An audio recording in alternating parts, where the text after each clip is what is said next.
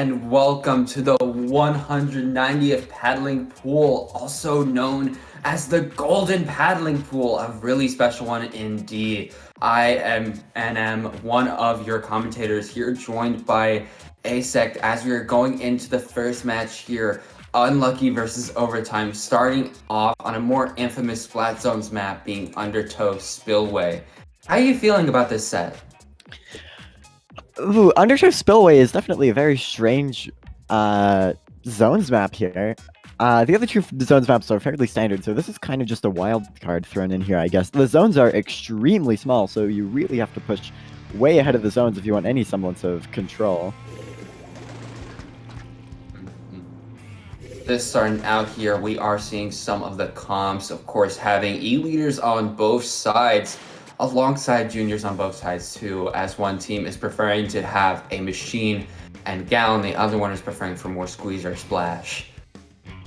It's not too often you see a squeezer in this game. It used to be super common in Splatoon 2, but it has really fallen off, but I still think it has a solid niche. It's still a really strong main weapon, and that's Flash Walls you get as a killer kit.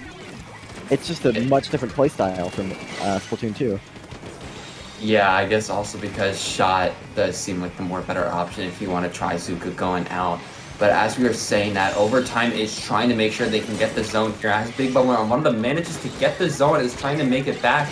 But the E-leader is going to get picked off. Machine down 2. It is a triple down on Overtime. Just the gal left alive. As Yoshel is trying to see if they can get the pick on them. Everybody in the corner making sure the gal has no room for breathing. Yeah, Unlucky is just still staggering Overtime out of spawn, which is exactly what you want to do on this map, because as soon as Overtime touches the zone, they can neutralize it.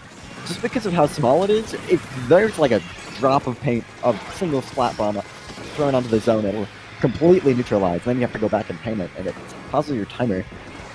But Unlucky is getting a fairly huge lockout on Overtime here, staggering them left and right. Yeah. And no, not looking good for Overtime, as it's just into the 20s, as I hear a Booyah Bomb coming out in mid, as RJ just gets picked off, wasn't aware of player, as they get Entei too. It is pretty much a delayed wipeout on the side of Overtime, as the junior's going to go down once again, and that is going to be GG's. Not much breathing room that Overtime could have. It was just Unlucky, got that first cap on zone, and while Overtime was able to get back a little bit, at the start, it was pretty much curtains once Unlucky got it again. Yes, indeed. That was just pretty much instant 0 to KO, which is kind of what you want to do on that map. You really don't want to give the other team a chance to get back in. Just because, yeah, as I said, the zones are so small that as soon as one team gets into mid, they can pretty much cap the zone. So it's just like pretty much about who has control over mid and not a lot about who has paint. So if you want to be able to get a large push, you really have to push forward and push ahead of those zones. That's what you want to do pretty much in splat zones. You get the zone, you want to push ahead so that the opposing team can't really get back in. But as we were saying that, we have our next map, of course, being Sturgeon Shipyard. How are you feeling about Sturgeon Shipyard and the comps that we saw? They could always shake up their comps leading into this next match, but comparing what they had in the last match on Sturgeon, how do you think it's going to play out? Zone Sturgeon is a fairly standard map from Splatoon 2. It's pretty much a classic. It's a really solid map. I don't know if they've ever really had to do much to change it. They pretty much nailed the design of it. It's a pretty balanced map. It's pretty unique with that kind of elevated mid, meaning that you can take some weird angles on the zone.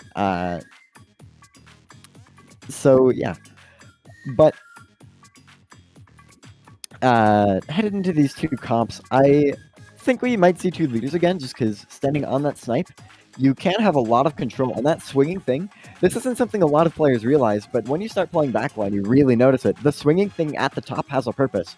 It means that you really don't have an angle on the backline if they're also standing on their snipe, since it kind of blocks your vision for them, and it blocks you from being able to shoot them.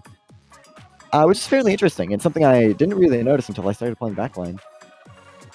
Yeah, for me, I don't necessarily play backline a lot. The most backline weapon I even play is like Dynamo, but that doesn't play back well. I mainly try to be a midline with it. But I can see how some Chargers or Splatlings do like that snipe perch you see there. Though I feel like, I don't know if like, the spinner going up could be like an alarm saying, okay, they can now push me. Okay. Yeah. All right. Well, head into this game. I think we're okay. It looks like Unlucky is running the same comp here, but Overtime is running something different. Opting for an Octobrush, which is not something you see very often, but that Zipcaster can be pretty devastating on the E-Leader, especially if you can get some really weird angles on it, and take the E-Leader way off guard. And even just hearing that Zipcaster noise will make that E-Leader back up and play more safe. But it is only RJ left alive, so they gotta play with their life here, especially now that they have their Zipcaster. Of course, they can get that E-Leader with a flank, but not before they gotta go through everything else, as the Zipcaster is coming out to play here, but can they get anybody with their Spider-Man abilities? And that is gonna be a no. As Overtime is not in a good spot again, using that Crab Tank, trying to get some pain, but gonna get sniped by Yoshel as Entei is trying to get back in on their snipe. Yoshel just keeping a good spot on the zone, keeping a watch of that snipe, making sure nobody even thinks about going on top of there as Ninjar is on that left side trying to push in. It is not looking good once again for Overtime as Unlucky has 3 down on the opposite team. It is just the Splash. It is just them as they get picked off 2 and just a couple more seconds, and that is going to be GG's with Unlucky taking the first round. That was a very quick set, very dominant there. Like pretty much just 0 to KO right off the bat for Unlucky 2 times in a row. Very well played from Unlucky, and I guess it was unlucky for Overtime. Yeah, no, it was unlucky for Overtime because as you saw there, Unlucky just got that first dominant push, and from there there was pretty much nothing that Overtime could do to get back in there. Mm-hmm. And especially being a zones only tournament, if your team isn't proficient on zones, then this is kind of an unlucky break for you, unintentional. Because yeah, given that it's zones only, if you can't play splat zones, you're not going to do very well in the tournament. Not saying that Overtime can't play splat zones, but it definitely wasn't very favorable for them. Yeah, no, it was not. But either way, we're going to go on a quick break here before the second round, so make sure to stay tuned. Yep.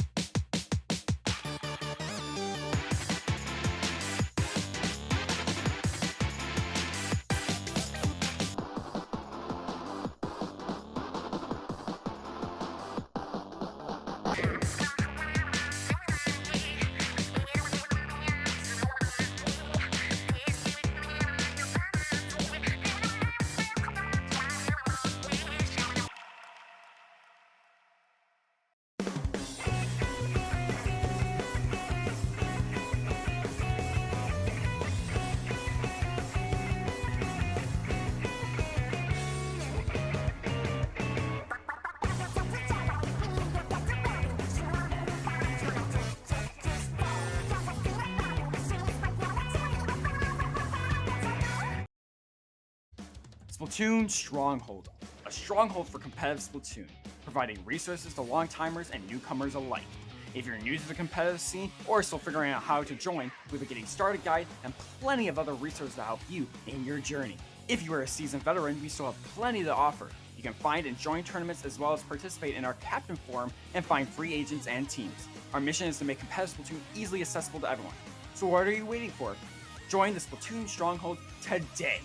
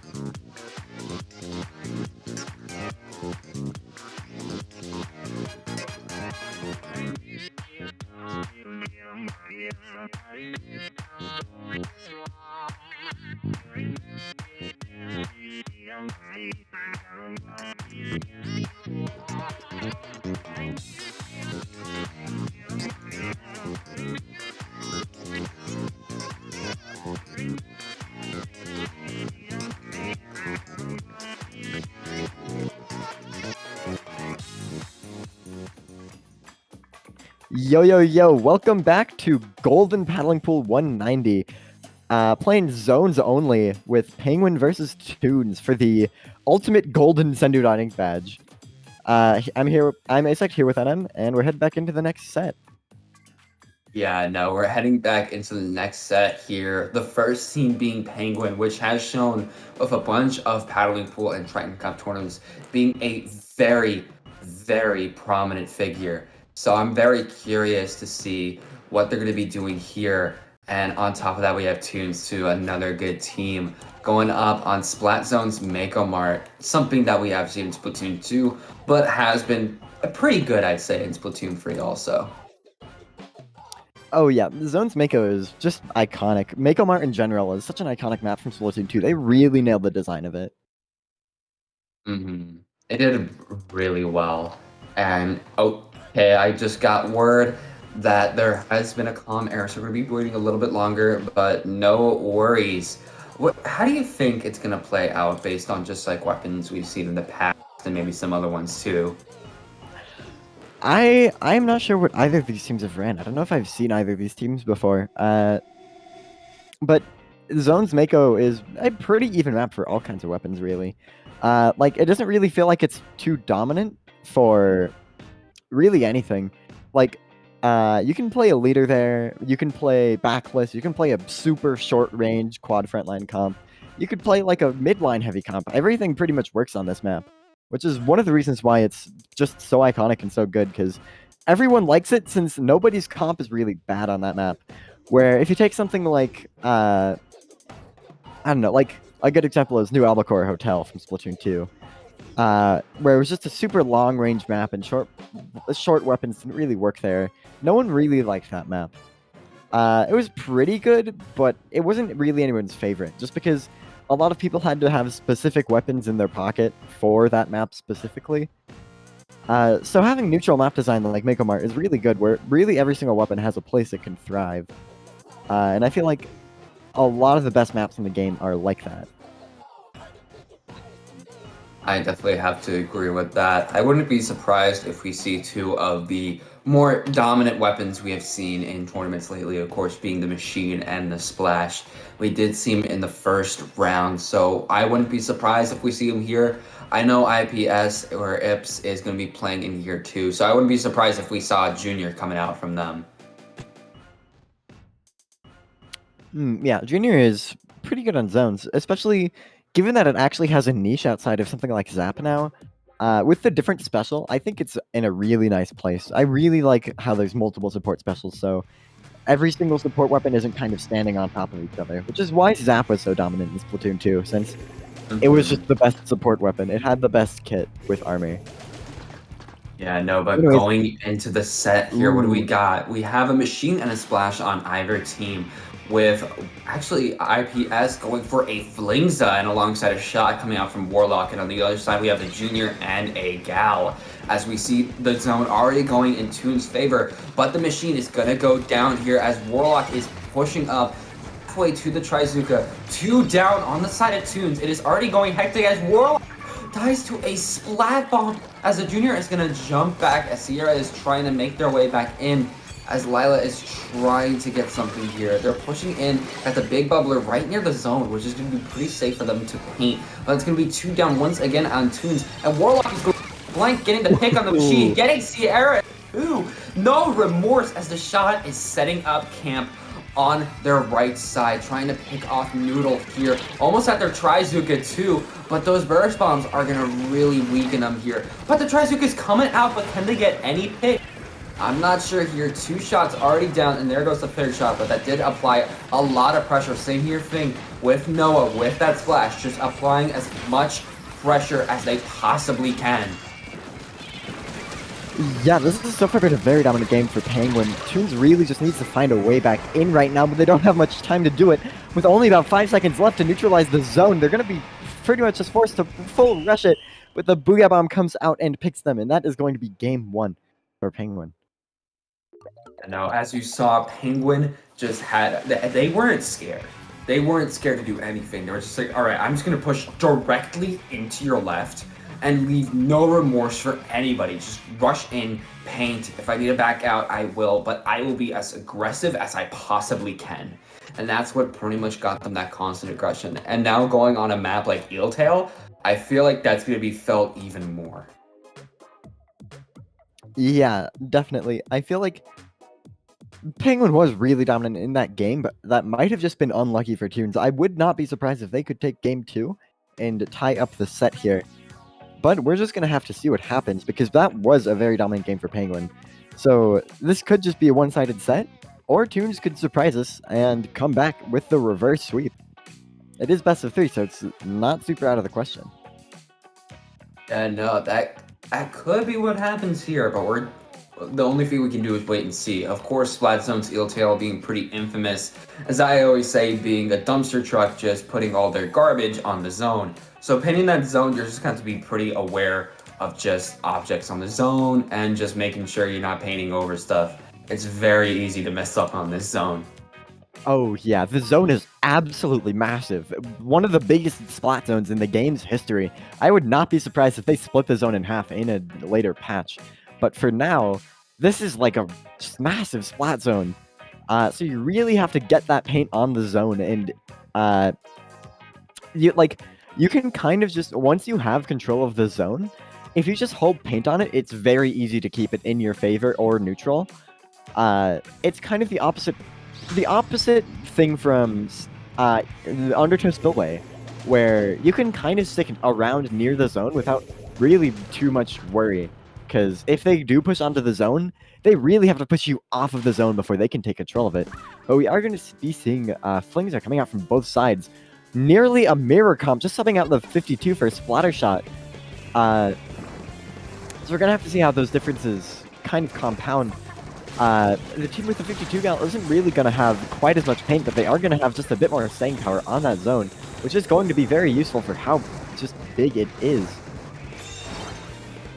We see already in zone control for Penguin, as IPS is already trying to get on that bridge on that left side, of course, being a little bit split. As Warlock is on that right here, we see a Booyah Bomb at the ready from the machine, but gonna get picked off by Cam, having their Booyah Bomb ready also. Warlock gonna get picked off, but of course they're just being as aggressive as I possibly can. So that's just pretty much gonna be an alarm telling them that that's not gonna be safe. As Noodle has their crab tank ready, gonna wait up those 10 missiles. Of course they'll be in the game, but oh, they get picked off by the 10 missiles.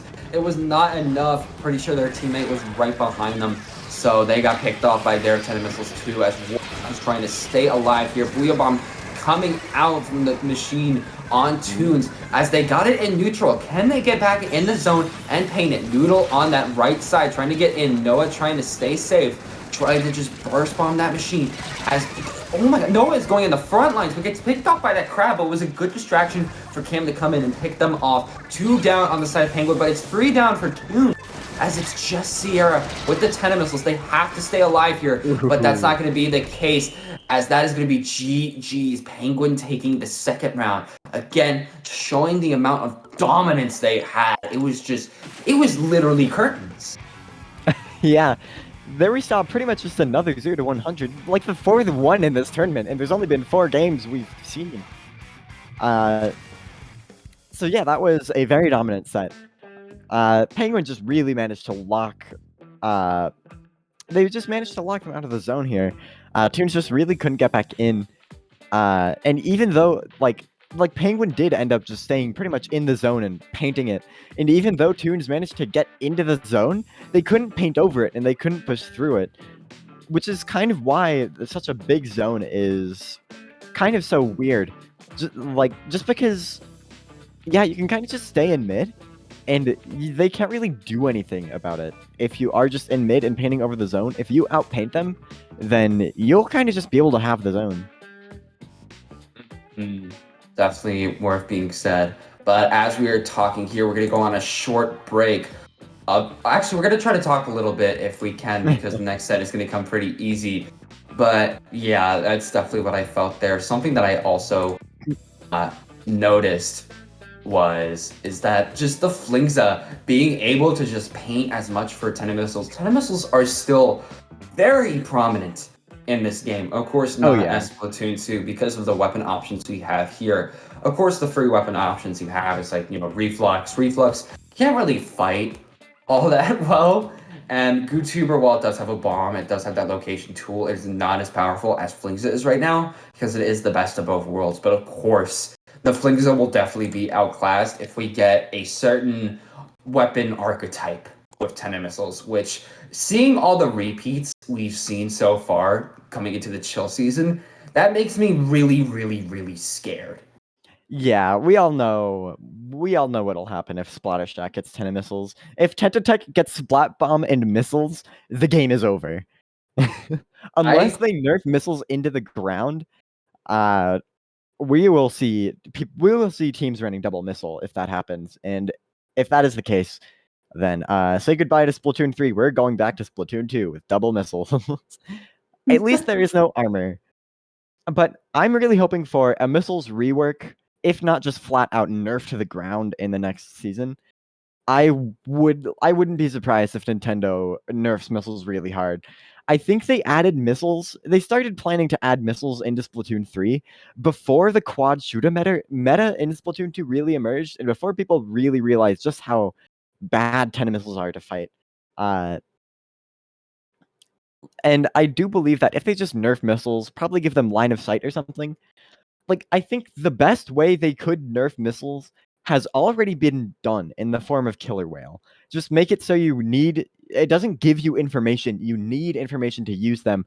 You can target multiple people still, but you can't target their entire team. You can only target 3 people max, and the more people you target, the least it is. And you have a lot of control over, put 2 whales on this person, 1 whale on this person, all 3 on this person, 3 whales on these 3 people. You have so many options there, so much timing, and it displaces people without forcing them to move. It just makes it very uncomfortable for them to exist in that spot, but they still can. If they dodge it correctly, you can still exist in that spot. Where 10 missiles, they basically say, you have to move, and I'm making you move, and you can't do anything about it. And I can do it cross map, I can target all 4 of you, and I know where you are when I pop it. I can call that out to my team, and basically it's a free push. It's a free push in a can. And I think if they just made it so missiles needed line of sight or did less damage or were smaller, there's so many knobs they have to turn to nerf them. So I think they could do it. I think they could get it. But it does look like we are headed into the break now. So I guess we will see you guys after the short break with Spark versus Myopsidus.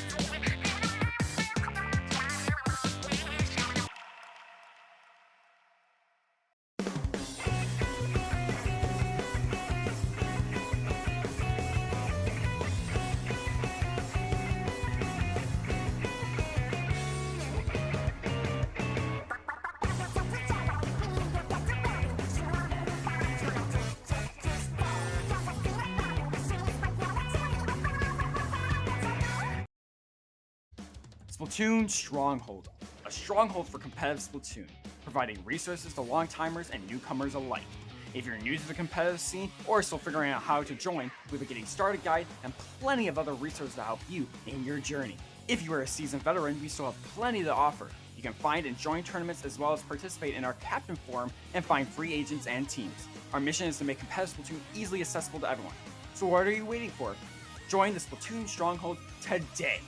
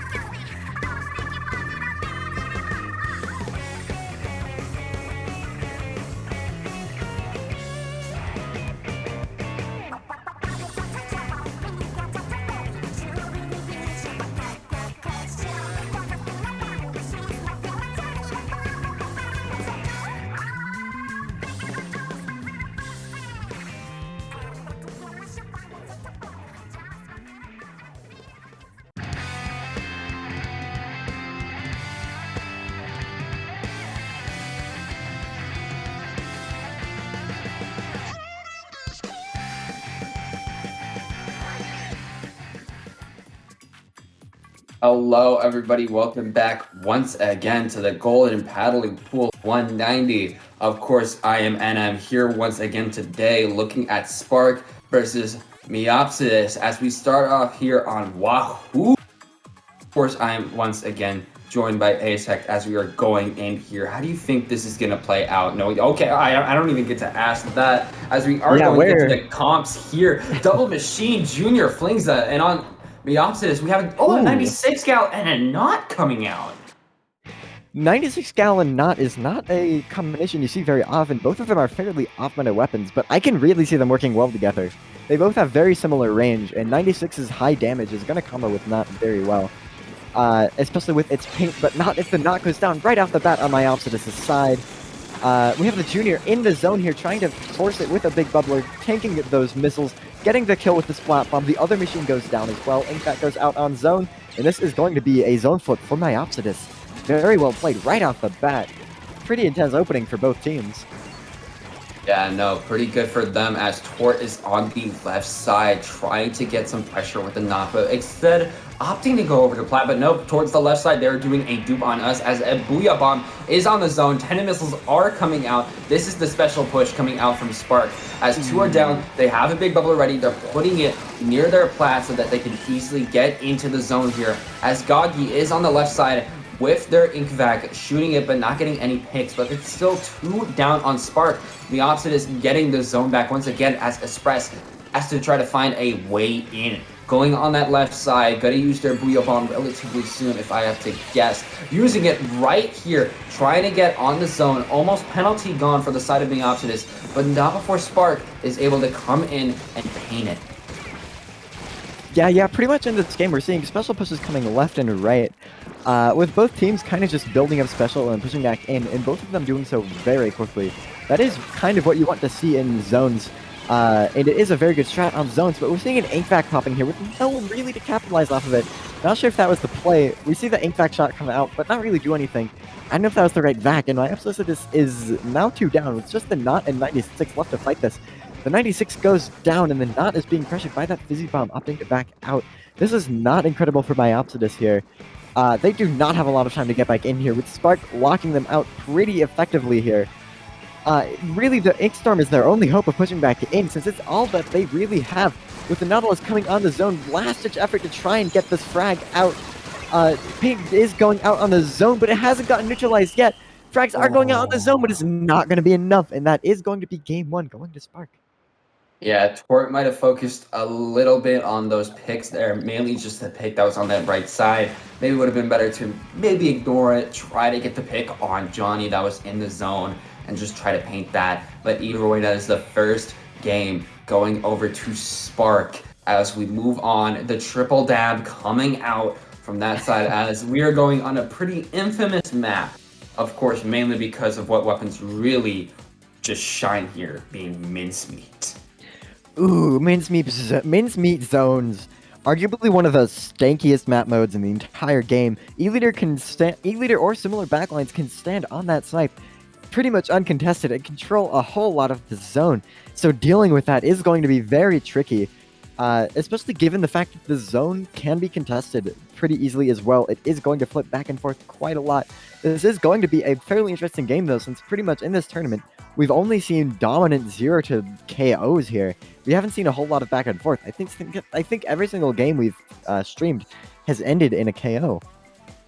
But that is kind of how it goes in zones.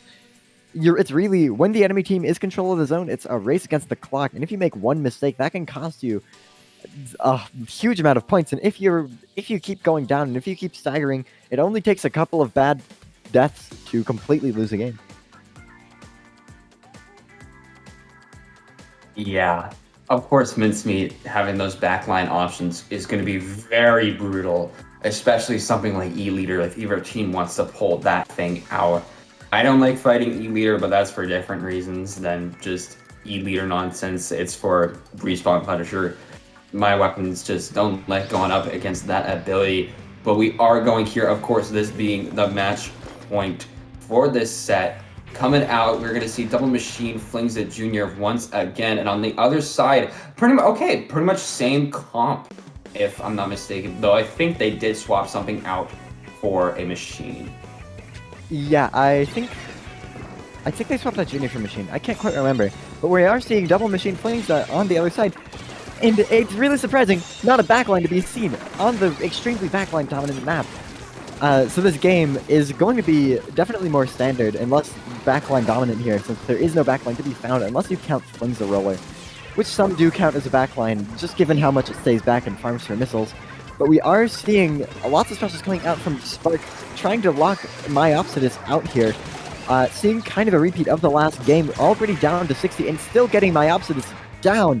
Myopsidus really needs to push back in very quickly here, or else we could see another 0 to KO for the, I believe, 6th time in this tournament that we've streamed. So it is going to be very interesting to see if they can push back and see if they can get those specials. The ink that comes out, but maybe it's a little bit early. They can't really do much with it. That Knot does try to use the best of it to their abilities, but we are seeing Myopsidus potentially cap zone here if Spark can't get them out. Spark is one down. The Knot goes down, but Myopsidus does cap the zone, meaning that Spark is going to get a penalty. And this game is going to go for just a little bit longer. But in the process, Myopsidus does go 2 down, 3 down. And that is going to be huge for Spark, continuing their massive stagger. This is not good for Myopsidus. They really need to push back in here soon. They don't have a lot of time here. Yeah, no, it is not looking good for Myopsidus, especially as Spark is edging out that penalty. As we see here, they're trying to push back in. Benny with that Booyah Bomb directly on the zone. But Takimi put a Booyah Bomb directly on their plat, displacing them as Express is trying to go for Gagi. Gagi gets into a safe location here as Express is trying to push on them. Gets Luna 2 down on the side of Myopsidus as Tort is on that left side alone, trying to go for a flanking position here, but it's going to be a wipeout to end out the set. That was not good at the end there. You never want to see a wipeout as Spark is going to take that set. Yeah, that was yet another really dominant game. Yeah, pretty much just they managed to lock out Myopsidus very well there, staggering them really well, having very good pressure on their plat. Very well played from Spark. No, very good from both teams, but you saw there, Spark just had the aggression, making sure that Myopsidus couldn't really breathe or just do anything. And you saw there maybe some specials could have been played a little bit better, like that Ink Vac on Mincemeat maybe was popped a bit too early. You definitely want to synergize your specials when you want to push back in and make sure you're not using it a bit too early. Yeah,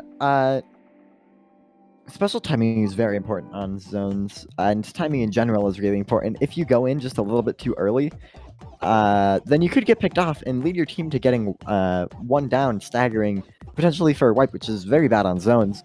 But on the other hand, if you go in too late, you might be missing out on a lot of points.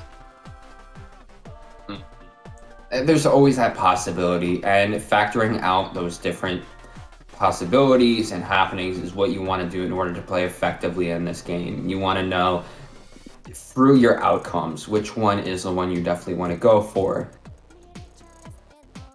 Yeah. But with that being said, I'm pretty sure we're going to be going on a pretty short break before we go for another round 3 match. Yeah, these games have been so quick that we might be able to get another round 3 match in here, which, yeah, that's going to be fun, seeing 4 matches from a 3-round group stage. So either way, make sure you guys don't go anywhere. Yep.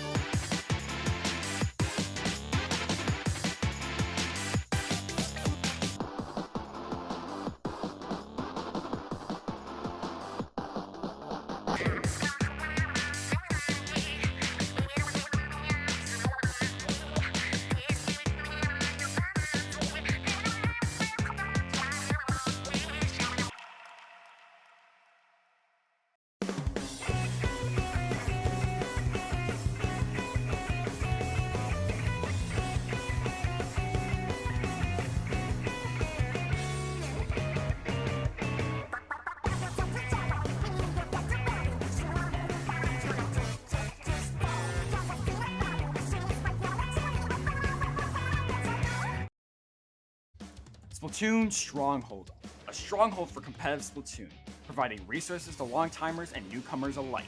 If you're new to the competitive scene or still figuring out how to join, we have a getting started guide and plenty of other resources to help you in your journey. If you are a seasoned veteran, we still have plenty to offer. You can find and join tournaments as well as participate in our Captain Forum and find free agents and teams. Our mission is to make competitive Splatoon easily accessible to everyone. So what are you waiting for? Join the Splatoon Stronghold today!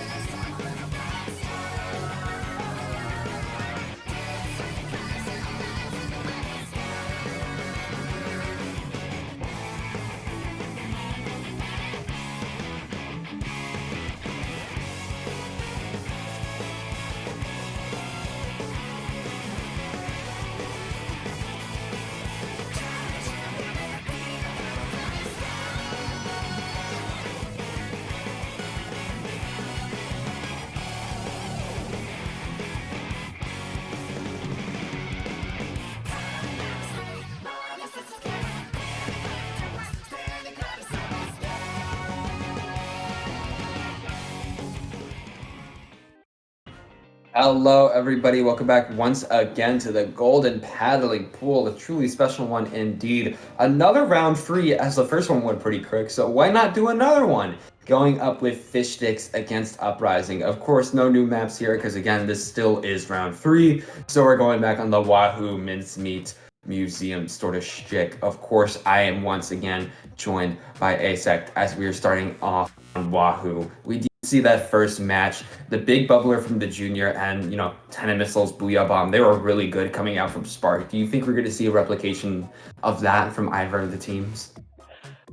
I'm not sure. I would not be surprised if we saw a completely different strategy, since There are a whole load of strategies that can work on these maps here. I also especially wouldn't be surprised if we saw a leader on either of these. Especially just given how dominant leader is on Mincemeat. Oh, but we're seeing a Hydra Splatling. And Ooh. a Hydra Splatling against a quad frontline comp. It seems that this might just be a game of whack-a-mole for the Hydra Splatling. So we'll have to see how this plays out. Of course, one side having that double splash machine, also Uprising with that Hydra as the quirky pick, and with Fishsticks, you basically have Splatoon 2 with your quad shooters.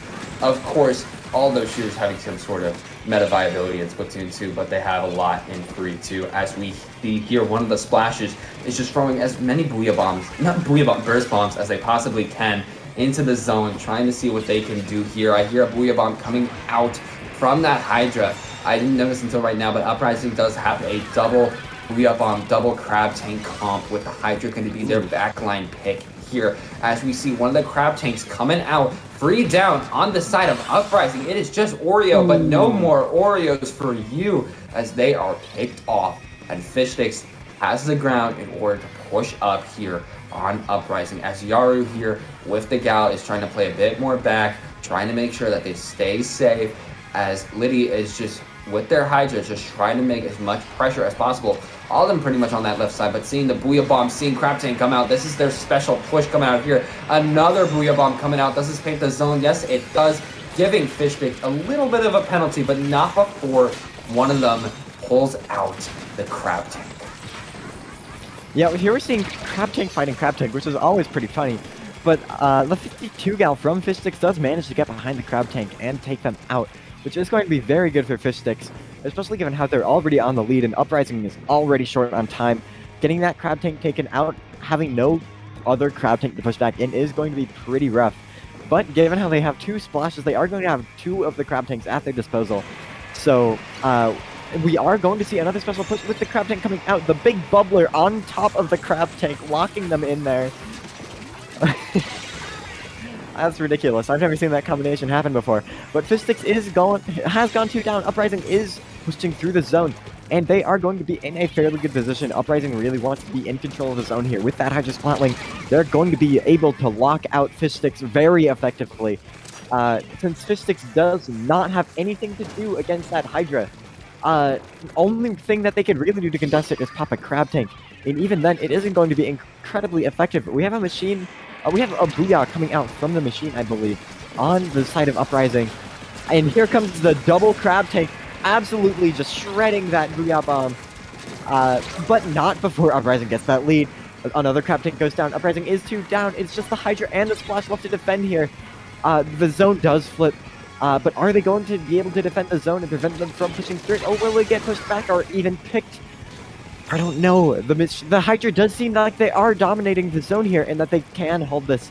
They have a penalty, which is going to be a bit of a roadblock, but they are still in control. And they do still have Fishsticks on the down, on the defense, trying to push back in.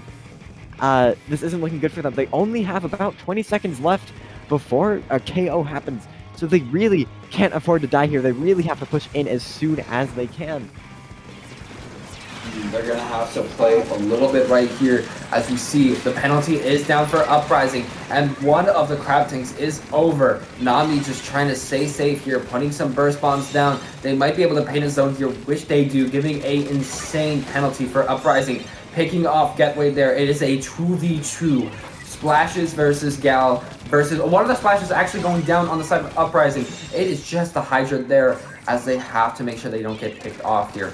But not to worry, as the machine is there to help them out, as Yaru is trying to stay alive. Aleph is going a little bit back here, as Yaru gets picked off, going a little bit too early on the side of Uprising. This is their chance to push, as Glash is trying to stay safe on that left side, trying to push back one of the juniors there. There is only one junior. But Nami on that right side with the Crab Tank coming out of Crab Tank versus Crab Tank. But the Crab Tank on Uprising is going to take that win there. Even though they didn't get the pick, they were able to hold that space for longer.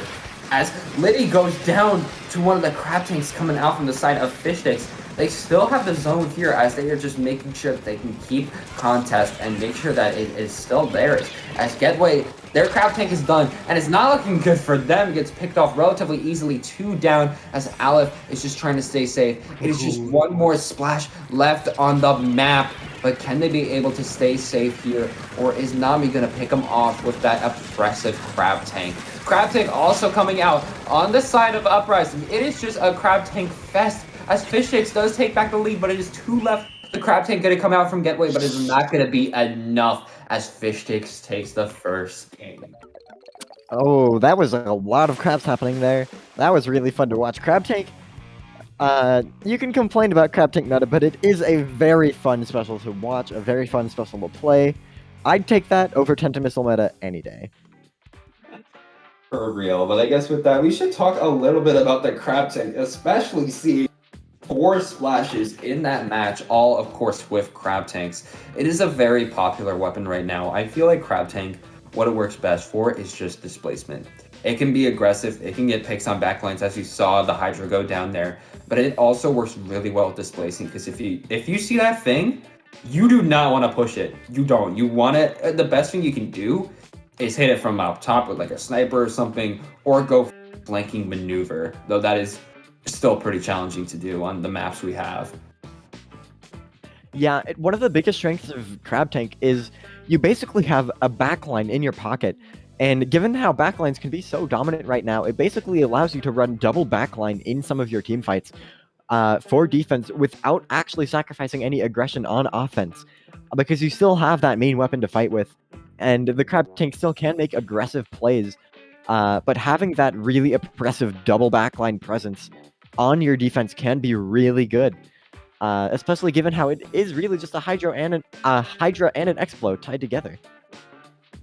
Yeah, pretty much, of course, having that oppressive firing mode, basically being comparable to the Hydra, and of course the lob shots that are comparable to Expo, and also with the map we got coming up, of course, being mincemeat. How many crab tanks? Of course, already seeing 4 players knowing how to play Splash, knowing how to play those crab tanks. Do you think we're to see any more? Because even seeing some Japanese cups, people love their splashes. I would not be surprised if we see 5 or even 6 crab tanks here. That would be ridiculous. Absolutely ridiculous. But it would be also very hilarious. Just because of how dominant backlines are on this map, being able to run 2 or 3 of them in your comp for pretty much free without sacrificing any aggression is going to be huge. Having that crab tank just being able to get that presence on zone is going to be really impressive. Okay, 2 splashes on one side, 2 splashes on the other. 4 splashes yet again, double splash on both sides. Fairly standard, pretty much. Their comps are nearly identical, just subbing out a machine for a junior. No, not a machine, a Hydra for a junior. One team opting to run a backline, the other team opting to run no backline. We do see crab tanks coming out left and right. 3 of them pop at the exact same time. It is Crab Tank City, of course. Booyah Bomb coming out from the machine as Yaruhooter has opted from the Gallop to the machine, but before getting picked off by Glash.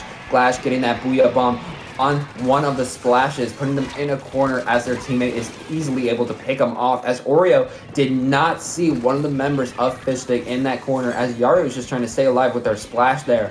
As we see, actually, yeah, Yaru was not playing Splash last match, so that means that 3 players on Fishsticks actually play Splash. That we could see a triple splash comp in theory. I don't know if it's going to happen, but we could see it. But Uprising does in fact take the zone here. More crab tanks coming out. Crab tank, the crab tank. Yet again, Uprising is in control of the zone, but Fishsticks is pretty close to being able to push back into it, especially if they can get that junior onto the zone to pop that big bubbler. That is going to be pretty huge, but that wasn't the junior. The splash gets picked off.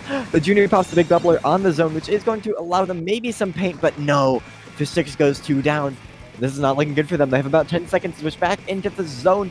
And they don't have any specials to speak of it. It is going to just be pretty much just a rush to the zone to see if they can get in. 2 or 3 people going on the zone, seeing if they can neutralize it, stopping it at 2, and managing to flip it, leading a huge penalty on Uprising's part, and bring themselves back into this game from the brink of destruction. But they aren't safe yet. Uprising is still on the push, and they all They only have about 60 points to go, which is only about 30 seconds. It's about 2 points every second. I believe it's closer to 0.6 seconds per point. But we are seeing Fishsticks being able to push back in here with that crab tank coming out with the junior, potentially getting the big bubbler. The Booyah with the vision block, letting the junior slip onto the zone, pop the big bubbler, and flip it for them. That crab tank shredding the big bubble. But it's not going to last for super long. Fishsticks is yet again lost control of the zone, but they have taken control of it. Again, we're seeing the zone flip back and forth, left and right, which is fairly common for this map. But Fishsticks finally has the advantage they want, leading Uprising to be on the defense, having to push back in, and they have been staggered out just a little bit here, but Fishsticks goes 2 down, which is not good for them. Uprising goes 2 down as well, though, so they might be able to hold control of the zone a little bit longer if the Booyah doesn't pick them off. Uprising has capped the zone, but it is just the machine left on Fishsticks. So this does look like it is going to be a fairly dominant push for Uprising yet again. Yeah, no, not looking good for the side of Fishsticks, as they're pretty much backed up into their spawn. But we do see one crab tank coming out, a Booyah bomb at the ready, some fizzies coming out. If they have LVE, they are truly living here, as Fishsticks does take the zone back, trying to apply pressure, but there is a Booyah bomb going to come out. This crab tank's got to stay safe, which they do. Still trying to apply pressure as they do. Almost checkpoint done for the side of Fishsticks here, as Yaru is opting to go for Glash, picks them off. No more machine, but they're going to get picked off before they can get the pick on Liddy. The Hydra living for another day here, as we see the Booyah bomb coming out, going on that zone. They got to 56, but can they keep it going any further? Yes, they can. They have the zone for a little bit longer, but the junior is going to go down. That's not good. That is pretty much their main painting, but of course, the other weapons can still paint too, but not before 2 going down on Fishsticks, as Getway is looking. Sees Aleph, already knows their exact location. There is no, you are not safe.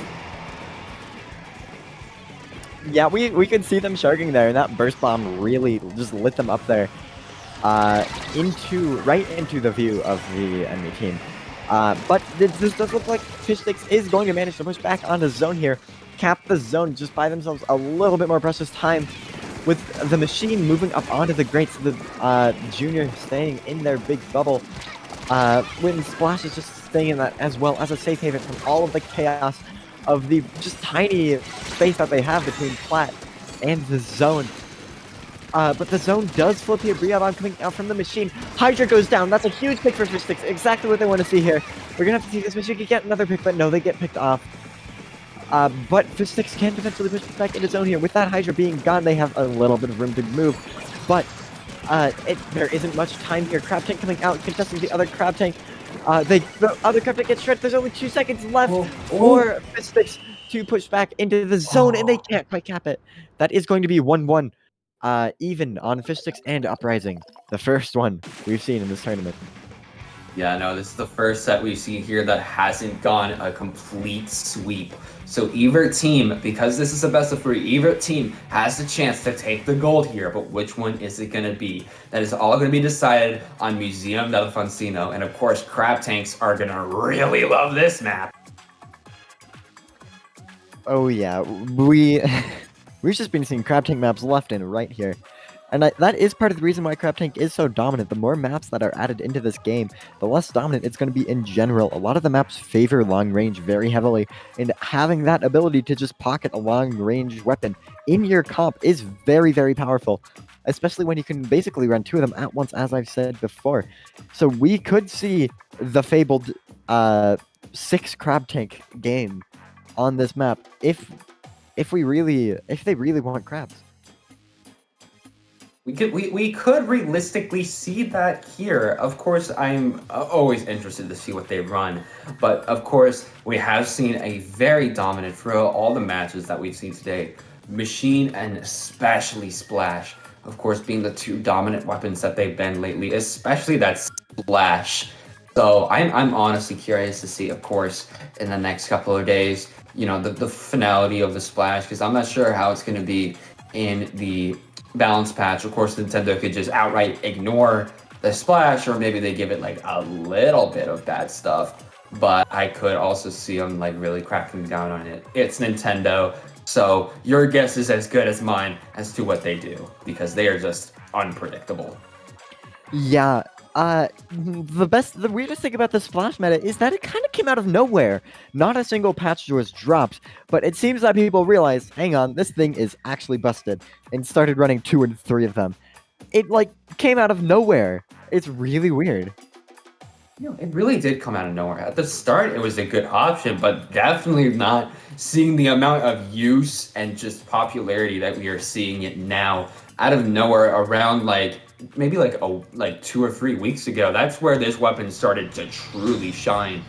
Pretty sure coming out from the Area Cup, though I could be wrong, as we're starting to see the comps here. Liddy actually saying, no, I don't want to use a Hydra anymore, and I'm going to go instead for a Heavy here. Going to have Wave Breaker, that might be useful here. And on the other side, Yaru whipping out the Gal again. No more machine for them, as it's going to be double splash Junior Gal, as that is what got them the win on that first map. So they believe in that comp, but we still are seeing quad Crab Tank coming out as the machine is already picked off on the side of Uprising. There's already a big bubbler in the zone, but the Junior got a little bit too close outside of their big bubbler to easily get picked off, as Oreo has a Crab Tank on the right side, but Nami is trying to fight it, but gets picked off as Glash is pushing in here, takes out Yaru. Can Glash get anybody else? They might be able to if they play a little bit right here. Not sure, as they're going to ignore the person on right as Aleph lives another day. Yes, indeed. We are seeing a couple of specials coming out from potentially both sides, especially if Fishsticks uses those specials to get in. The thing about Big Bubbler is you can't really use it to get in, you really have to use it once you already have control of the area you want to be in, just to hold it. Really, all you have to do is just be able to sneak up into a contested area and get that kill. But we are seeing that Crab Tank does get the pick, the Explo style, with that 90 damage shot. It really is pretty much an identical projectile to Explosion. So if you play Crab Tank, learning Explo is actually a fairly good move. But we are seeing Uprising push onto Fishsticks plat here. Already, they have the lead, so this is not very good for Fishsticks here. Kind of just fighting this machine here, but the machine could potentially get too greedy, but that Booyah Bomb is going to save them here, let them get an escape option while also getting a pick. This is very good for them. They have Fishsticks 1 down. All that Fishsticks has is 2 Crab Tanks to get back on the zone. Nothing as a huge entry tool. Oh, but Uprising goes 3 down on plat, which is going to get Fishsticks a free zone cap and potentially being able to collapse on the last member, since it is just that machine left. And the machine does end up jumping out, which will force a staggered wipe on Uprising. Yeah, no, not looking good for Uprising here. But Fishsticks is just keeping that aggression. They have to make sure that they can keep the space here. I hear a Booyah Bomb coming out from the side of Uprising, putting it on the right side of that zone, but not being able to cap it, as the Junior is putting their big bubbler on that right side, but it's getting shredded hella easily by that Crab Tank. Another pro of the Crab Tank being it can just shred thanks to smithereens, as Getway is pushing up on Yaru. Yaru in the corner, but they are able to take down Oreo at the very least before getting picked off. But I'm pretty sure somebody is in Fishsticks spinner. Pretty sure it's Glash and Liddy here. 2 of them, the machine and the heavy. Glash does get a trade on one of the splashes. Yaru trying to take space here, but one of the splashes is trying to push up on them, but Oreo gets picked off easy. The penalty is down for the side of Uprising here, as they are 2 down, but Fishsticks is able to come back. They only got 2 points on the Uprising side, so Fishsticks was able to get back in there, get it easy, as we see Liddy has to jump out. It is not looking good for them, as Nami is keeping that mid spinner with the Crab Tank expiring, but I do hear a Booyah Bomb coming out directly on mid spinner. They do have to paint that a little bit, which they do, but there is somebody coming from that left side, picked off the Junior. It is Liddy with their heavy, as the zone goes right back over to Uprising, as it's not looking good. 3 down basically, the Junior coming back alive. Not sure where Yaru is right now, but it's probably not looking good for them. Yeah, this is not very good for Fishsticks. They do not have much time left on that penalty, and the points are just at 20. They really don't have a lot of time to push back in here, but the double from the 52 gal could be exactly what they need. Penalty is gone, 20 points on the clock. Fishsticks potentially pushing back into the zone right now. It's really close here. They don't have a lot of time, but they are starting to get control of the zone. They have to neutralize it now. They have to paint it now, but they don't quite get it in Ooh. time. Oh boy. Yeah, no, they didn't get it quite in time. With that final game going to Uprising, and of course the set going to Uprising 2, both teams did so amazing, especially because that was the first one we saw having really good competition, really good contest, and of course, even having to go to a game 3. Yes, indeed. That is probably the most intense set we've seen yet. Mhm. With very back and forth games, very even match, very fun to watch. But I believe that is now going to be the end of groups, and we are going to be headed into the single elimination stage. I'm not sure if we're going to take a break. I'm sure we actually will be taking a break, of course, Yeah, going from okay. groups to the finals, to that, bracket sort of set. So, of course, stay tuned, guys, as we are just about to get into the bracket soon enough.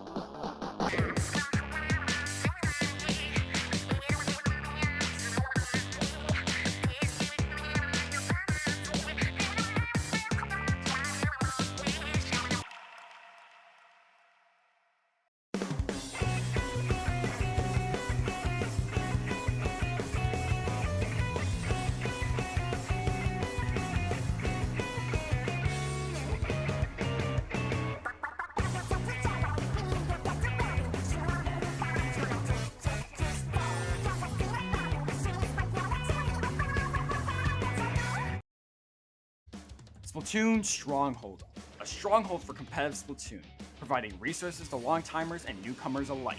If you're new to the competitive scene or still figuring out how to join, we have a Getting Started guide and plenty of other resources to help you in your journey. If you are a seasoned veteran, we still have plenty to offer. You can find and join tournaments as well as participate in our Captain Forum and find free agents and teams. Our mission is to make competitive Splatoon easily accessible to everyone. So what are you waiting for? Join the Splatoon Stronghold today!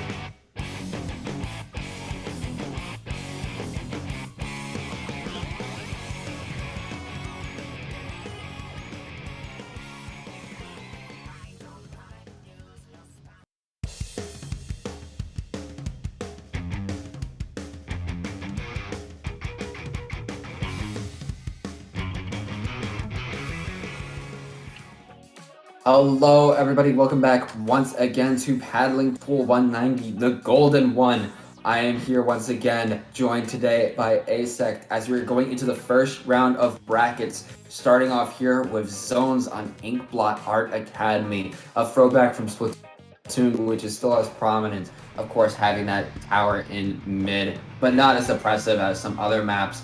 Going right in here, of course, we got No Mercy versus Clip Twitter clip. They better put a clip on twitter.com. As many Splatling coming out from the side of Clip Twitter.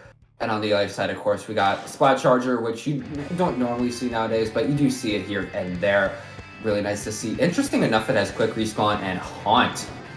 you don't normally see those type of abilities on a charger. Maybe they're going to try to play more aggressive here. Yeah, very strange indeed. But we are... Ooh. Ooh. 2 down on Cloak Twitter right off the bat. The Octobrush falling to those missiles, not quite what you want to see off the bat, but you still do have quite a lot of time to get back in here. So it isn't the end of the world, but they are going to be in disadvantage unless they just get 2 picks right off the bat. Insane. That E-Litter is running comeback and respawn Punisher. But, yeah, of course. we are seeing... Oh, we're seeing the Octobrush zipcasting into the entire enemy team. That is very strange. But they did manage to kind of solve it out a bit. But we are seeing No Mercy start to try and push back in here. They don't really have any... They have the pick on the Octobrush, but the Octobrush is starting to come back in, so they don't have too much to work with. But they still do cap the zone. Nagato trying to keep their distance here from this machine. But the machine is going to get picked off so they can play a little bit more up. They almost have a Wavebreaker at the ready, which could be pretty useful. Ultra Stamp is almost expired for Kamini. They are just trying to keep that zone, keep the momentum moment. However, getting those 10 missiles on that zone going to be pretty useful for trying to take it back. But but a good snipe from that charger on Aniki. Fate keeping those snipes, almost has an ink back, which is going to be really good at pushing in. As CK is on that right side, but Knives is going to put that Booyah Bomb onto the left side under the zone. No Mercy, almost having the zone painted. Having it painted, as CK is just trying to stay alive here. Kamini is just having, what the Splat Bomb takes them off, and that Fizzy is not doing any favors for CK. Wipeout. This is exactly where No Mercy wants to be. Having that wipeout when you're already, like, taking down the clock can be disastrous for the enemy team. That is pretty much a guaranteed lead if the score is close at all, and very easy to spiral into a KO. So Club Twitter really has to play this well, or else they will get knocked, like, out of the tournament. Yeah. They're knocked out. Yeah, if you don't know, this tournament, this bracket is single elimination. So if you get out, you're out. As Nagato is trying to... Ooh! What a snipe from Fate while they were turning a blind eye is going to send them back to Purgatory for a little bit here. As the Inkvac is at the ready, coming out, making sure that nobody on Snipe is going to be picked off. Nobody on Black gets picked off here. Going on that right. But one of them is going in, but it isn't able to escape the Inkvac. As the Ultra Stamp is going to go down, you got to watch your sides and your back if you're playing that Ultra Stamp, because they are very, very vulnerable here. As Nagato is trying to stay a little bit back, having that Wavebreaker ready with that E-Leader, as Aniki is going to try to go in here. Almost has their Zipcaster, so they're going to try to go for that Splat Charger, of course, or those Flingzas.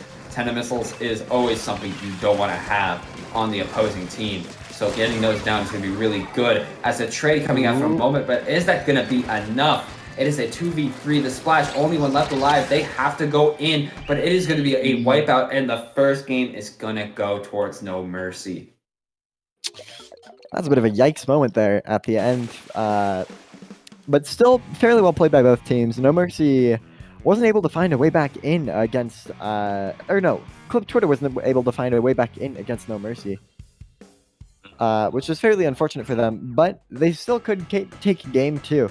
This is yet again another very solid map. Hagglefish Zones is a very, very good map mode combination. One of the only maps in the game to have actual flank routes. It does. Which is why it is one of the best maps in the game. But of course, we are going to be going on another very popular map here, being Hagglefish Market. This zone and this map is pretty well. It does have those flank routes on the left and right side, but with an E-Leader coming out from Clip Twitter, there isn't really the best flanking route for that, as it's just going to stay up on Canopy, and you have to go directly into the enemy's plat if you want to take them out. Yes, indeed. Pushing up ahead of the zone is very useful, pretty much on every single Splat Zones map. Hagglefish is no exception to that rule, because if you just try to hold zone from a place that is close to the zone, you are not going to be able to hold that zone for very long, because when you're near the zone, if you die, you will paint the zone for the enemy team and also clear space that is directly on top of the zone. So you really want to be able to push ahead of the zone, lock them out from a advantageous position. So even if they do slip through your defense, you still have a chance to pick them off.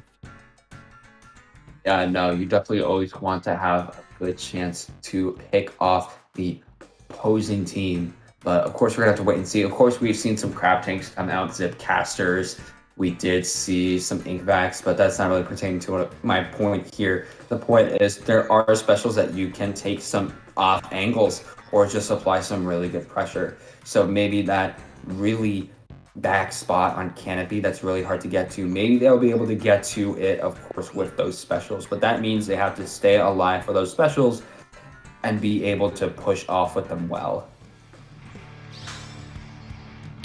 Yes, indeed. Heading into the next game here, yeah. It's going to be interesting to see if either of the teams change up their comps. We did see a mini in the last game, which was very interesting. And we are seeing a mini again dropping their backline in favor for a junior, I believe, is what happened with their comp there. So we're going to have to see how they play this. The junior has 3 mains of Inksaver subs, so you know they are going to be real about spamming those bombs like there's no tomorrow. Yeah, no, that's what you always want to see if you're playing junior, but Kamimi is going to go down to knives as they are pushing in here, making sure they go back just a little bit in order to get the zone. Now that they got that off of their shopping list, they are pushing back into the enemy's base. Riza, of course, with the crab tank, being able to heavily pressure Clip Twitter, as it is not looking good for them right now, but they are able to get a pick on knives. Zipcaster, crab tank coming out. This is their aggression time, but not before Anarchy just goes down to moment like that from the Flingza. Not really looking good for them, as Clip Twitter does have the zone again, but not before some cannon missiles do come out. Riza being caught dead in their tracks by the mini. Goes for a moment too, a double from Kamimi, but not before Knives takes them out, but they're super weak. But on the other hand, it is just the junior left alive. They have got to make sure they keep this zone here before their teammates come back. But that Inkvac is not going to do Nagito any favors. Yeah, Club Twitter is managing to get their way back into the zone, capping it with still being in the lead somehow. Even though No Mercy has been so dominant with picks, Club Twitter has just managed to keep the zone for neutral for such a long time. But they have, the junior did, I believe it was the junior, jump out, which is going to be essentially 2 down on Club Twitter's side, which is not very good for them, but they do get that pick on the splash with the bomb. The 3 mains of Inksaver sub coming in clutch there. This is going to be a lead swap for No Mercy though, but with the crab tank and the big bubbler, it does look like Club Twitter is going to cap the zone here. You see Nagato coming in here, but it's going to get picked off very easily by Knives. The machine being as impressive as it is, takes down Kamimi, but not before being taken down by Anarchy here. Looking really weak, almost has their Zipcaster ready. They might want to stay alive for that off angle they could get. They wanted to, but Riza was able to pick off their jump here. They're just trying to be as aggressive as possible. Community going down. Also, Crab Tank coming out, trying to pick off any other members they can. No Mercy has a pretty good hold on the zone here, and Clip Twitter has to find a way back in. They do have a Crab Tank. They do have a Zipcaster at the ready. They have both of these specials, so they got to use them very effectively, as Anarchy is on that top. Normally you can't get there, but Zipcaster has a different sort of thing. But the Zipcaster is over, meaning they didn't really get any picks, and it was kind of not really all that effective. It's just a junior out here. They have to use their big bubbler, trying to go for the zone. They do get it in a neutral state at 3, but the Flingza is making sure they get paint on it too. They are able to take it, giving No Mercy a 59 penalty, but not before Clip Twitter has 2 down, as the junior was trying to fight the machine but gets picked off. But Knives gets picked off, but not before taking Anarchy down with them. A little bit of a delayed wipe coming out from Clip Twitter, so it's pretty much just back to square one for them here. Yeah, and with No Mercy still in control, with that penalty timer ticking down, Clip Twitter really has to do something quickly. They do get a pick, which might be exactly what they need to get back in here. Crab Tank going out, pressuring the zone. Inkvac shot is going to paint up the zone very well, though. The Zipcaster coming out, trying to get on top of that weird spot, trying to just go for the charger here. but they aren't going to be able to get any picks off of that. But they did manage to displace the charger, which could give Club Twitter just the time that they need to push back into zone.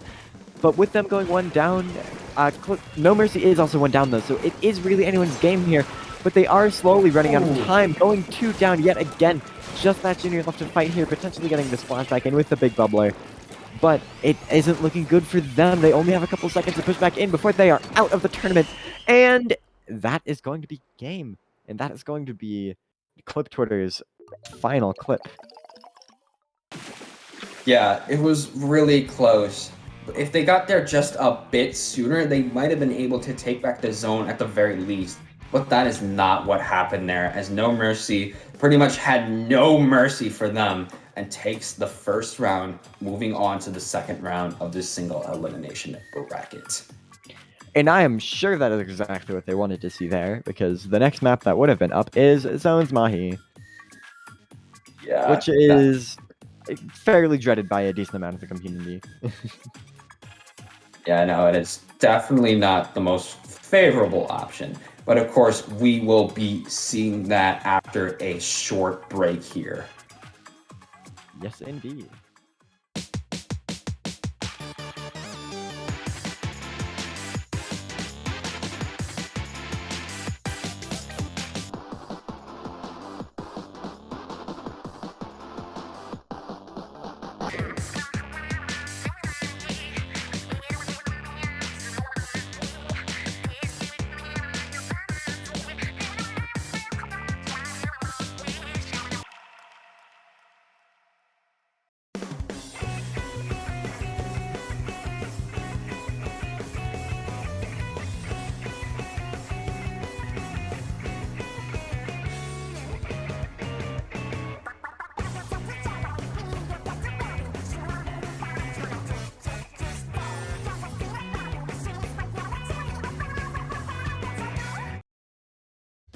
Splatoon Stronghold, a stronghold for competitive Splatoon, providing resources to long-timers and newcomers alike.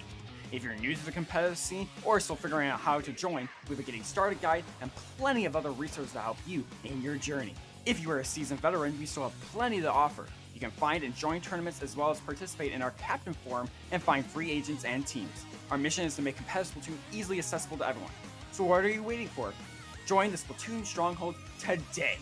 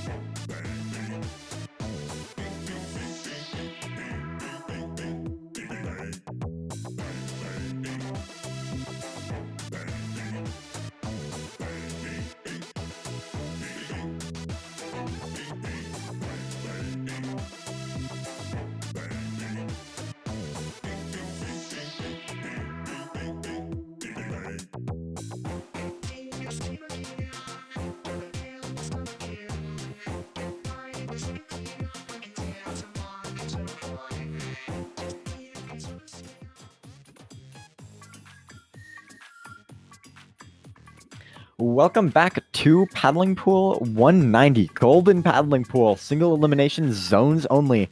I'm here with NM, and we are headed into second game of single elimination, second bracket, round 2. NM, what are your thoughts on these map modes?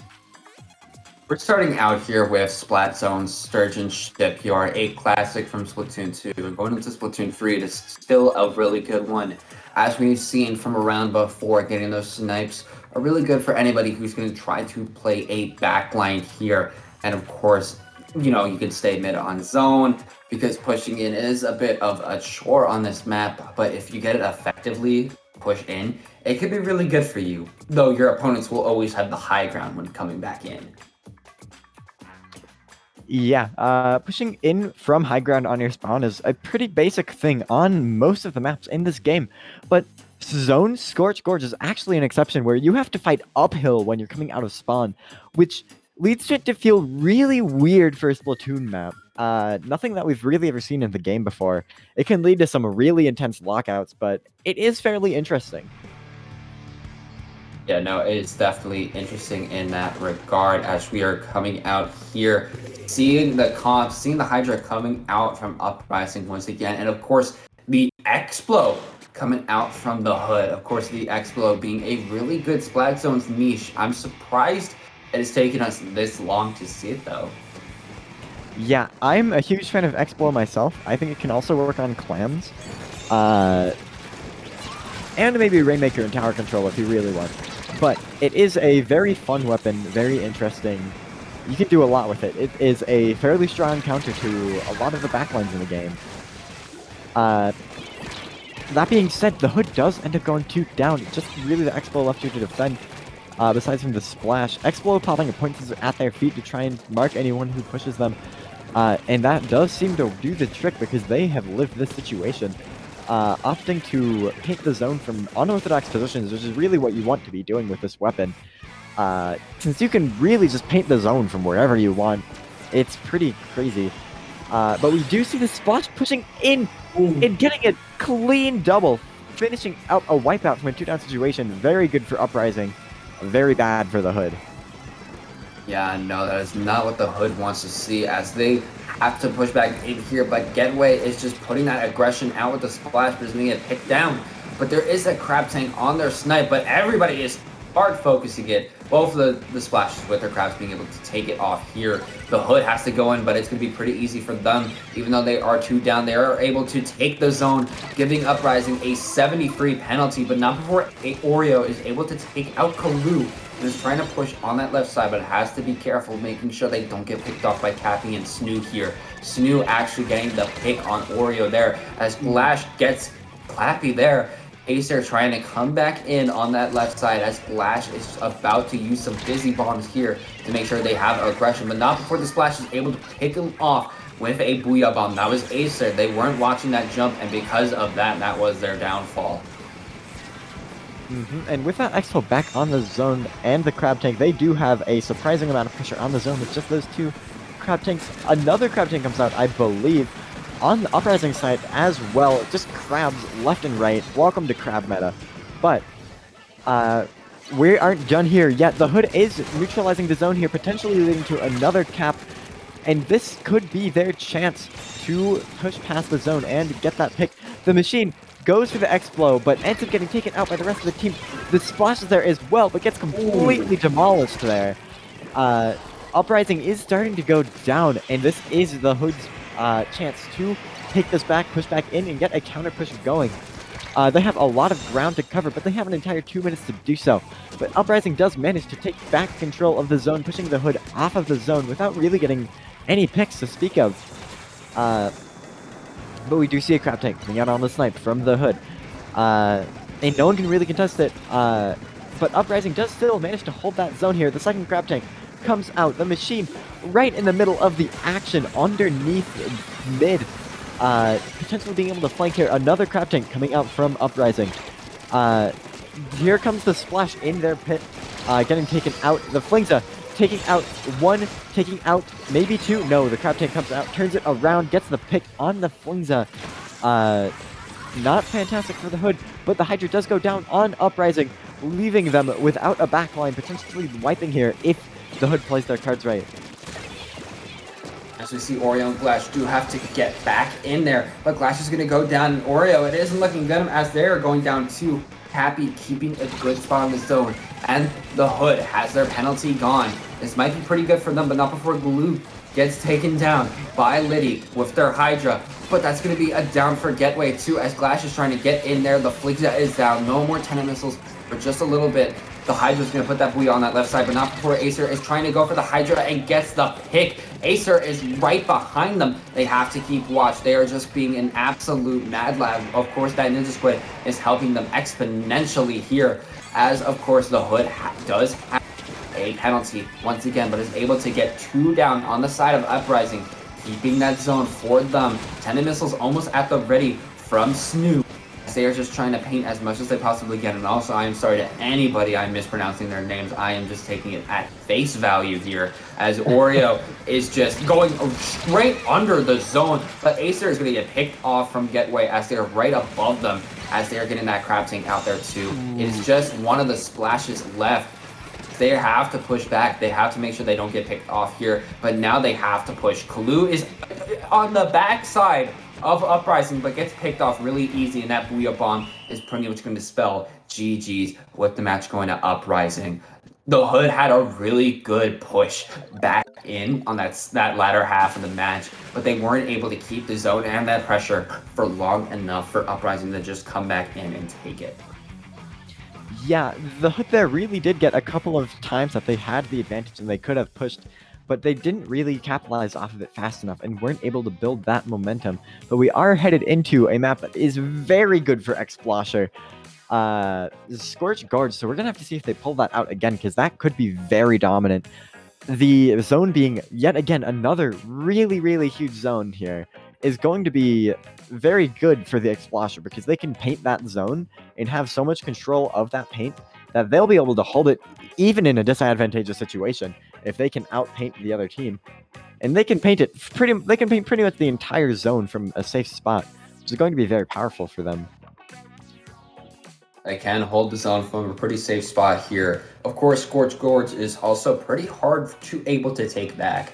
It is, once again, comparable to something like Kelp Dome, as of course you can just, it's just really hard to paint the zone because of that middle block that it has situated on there. So retakes are going to be very hard for either team, but that Explo might be able to help out just a little bit more. Yes, indeed. So we're going to have to see if the other team pulls out a Hydra here, or if they stick with, or keeps pulling out the Hydra there, or if they switch up their comp a little bit to deal with that Expo a little better. I could see them going for that, but we're just going to have to wait and see what happens. I am kind of hoping that the Hood takes it, because I do want to see some Hammerhead gameplay. I love that map, but that's probably because I am a Dapple main, and Dapples just really love Hammerhead. Yeah, it is kind of strange since it's such a long map, but given that it's so long, those beacons can be very helpful for your team. Yeah, and of course with how easily you can just keep up the pressure on any mode in Hammerhead and push back the opposing team, what I like to do is when I'm in that situation, I can place a beacon in a specific spot in their base that's a little bit like out of the way to get to. And at that point, it's just like people just keep jumping to my beacon in their base. And from that point, it is curtains. But we are going to see here what we have going on. Double Splash, Heavy, and Machine coming out from Uprising. On the other side, we do have the Expo again, pretty much unchanged comp from the Hood because they believe that this is what's going to take the game. Yeah, seeing that Double Splash on both sides yet again. It is a very common comp archetype at the moment, Splash being a very powerful weapon. But we are just seeing pretty much a paint battle happen. The Explo and the Flings are going to be able to paint zone very effectively from very far away. So we're going to have to see if they can make use of that. But we are seeing the Explo being pressured here, trying to paint the zone as fast as they can here. Getting that Ink Storm out, the Crab Tank popping up out of there. The Explo's just out. But the Hood has gone 2 down here. which is going to be good for Uprising. They can potentially initiate a lockout if they play this right. It is fairly tricky to push past those grates into their spawn, but if you can do so, it is very tricky to take back. So if you get wiped here, it is kind of game over. The Crab Tank forcing their way onto their spawn, getting away in for their team, but the missiles are going to come out and push them out of there, leading to them getting picked off, turning the situation right back around where it started. The Crab Tank and Explo both working together to paint the zone in a very similar way. You can see that those projectiles are indeed identical. But the Hood has started to paint the zone. They are getting control of it, but Uprising has held paint on the zone somehow. That Crab Tank coming out, being very advantageous for them, pressuring them very hard here. This is not looking very good for the Hood. It is not looking good for them right now. But as we see here, Yessir is just pushing back in, trying to take space, but they're being pushed back a little bit by one of the members of Uprising here.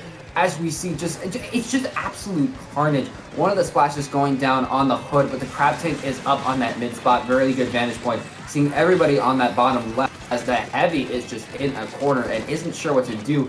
See Getway here might be picked off. Yes, they are going down to Yessir as Snoo is coming back.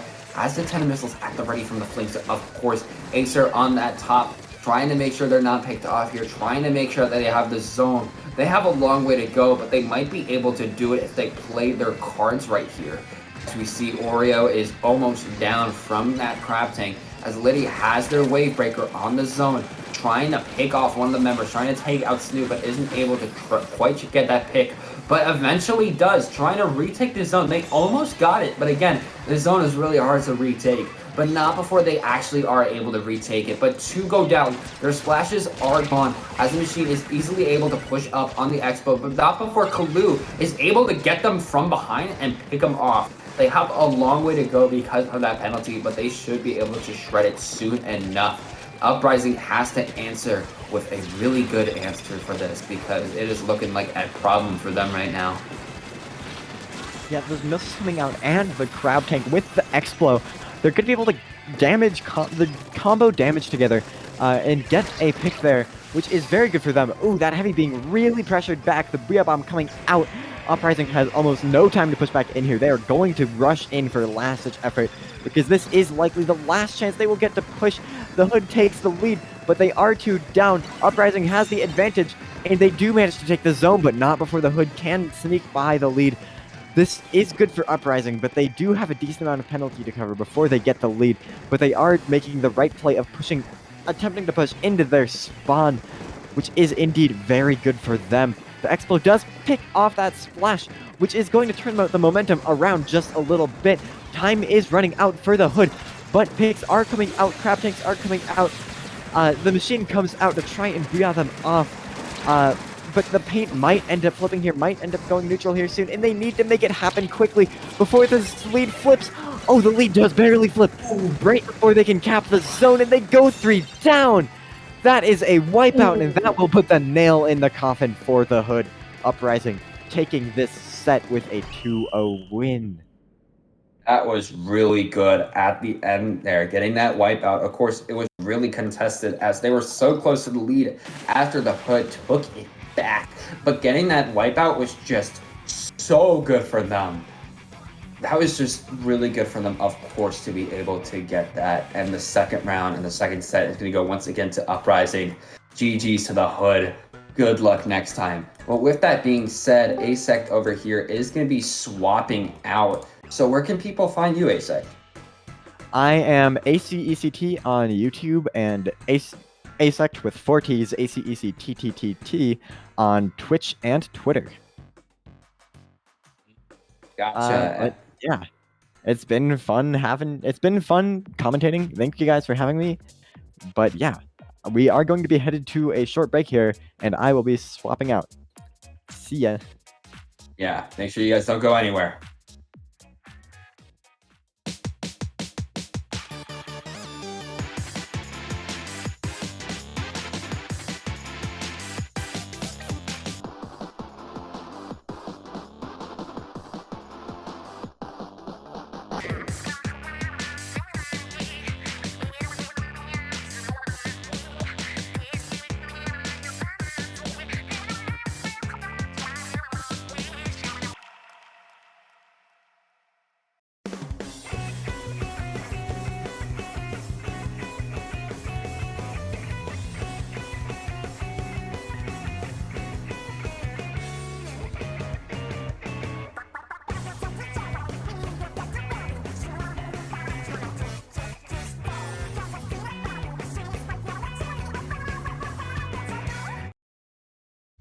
Splatoon Stronghold, a stronghold for competitive Splatoon, providing resources to long-timers and newcomers alike. If you're new to the competitive scene or still figuring out how to join, we have a getting started guide and plenty of other resources to help you in your journey. If you are a seasoned veteran, we still have plenty to offer. You can find and join tournaments as well as participate in our Captain Forum and find free agents and teams. Our mission is to make competitive Splatoon easily accessible to everyone. So what are you waiting for? Join the Splatoon Stronghold today!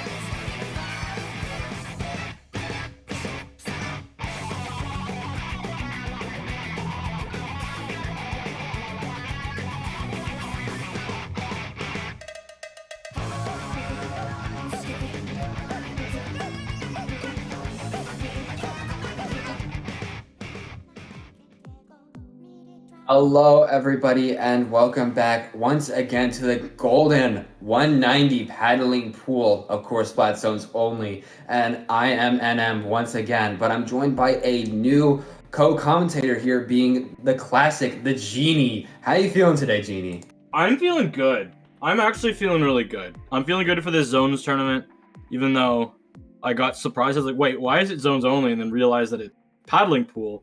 And then I was like, wait, this isn't Triton. Shoutouts to Triton, should be here on Friday, everybody. Same time, same place. But anyway, I'm excited for this tournament.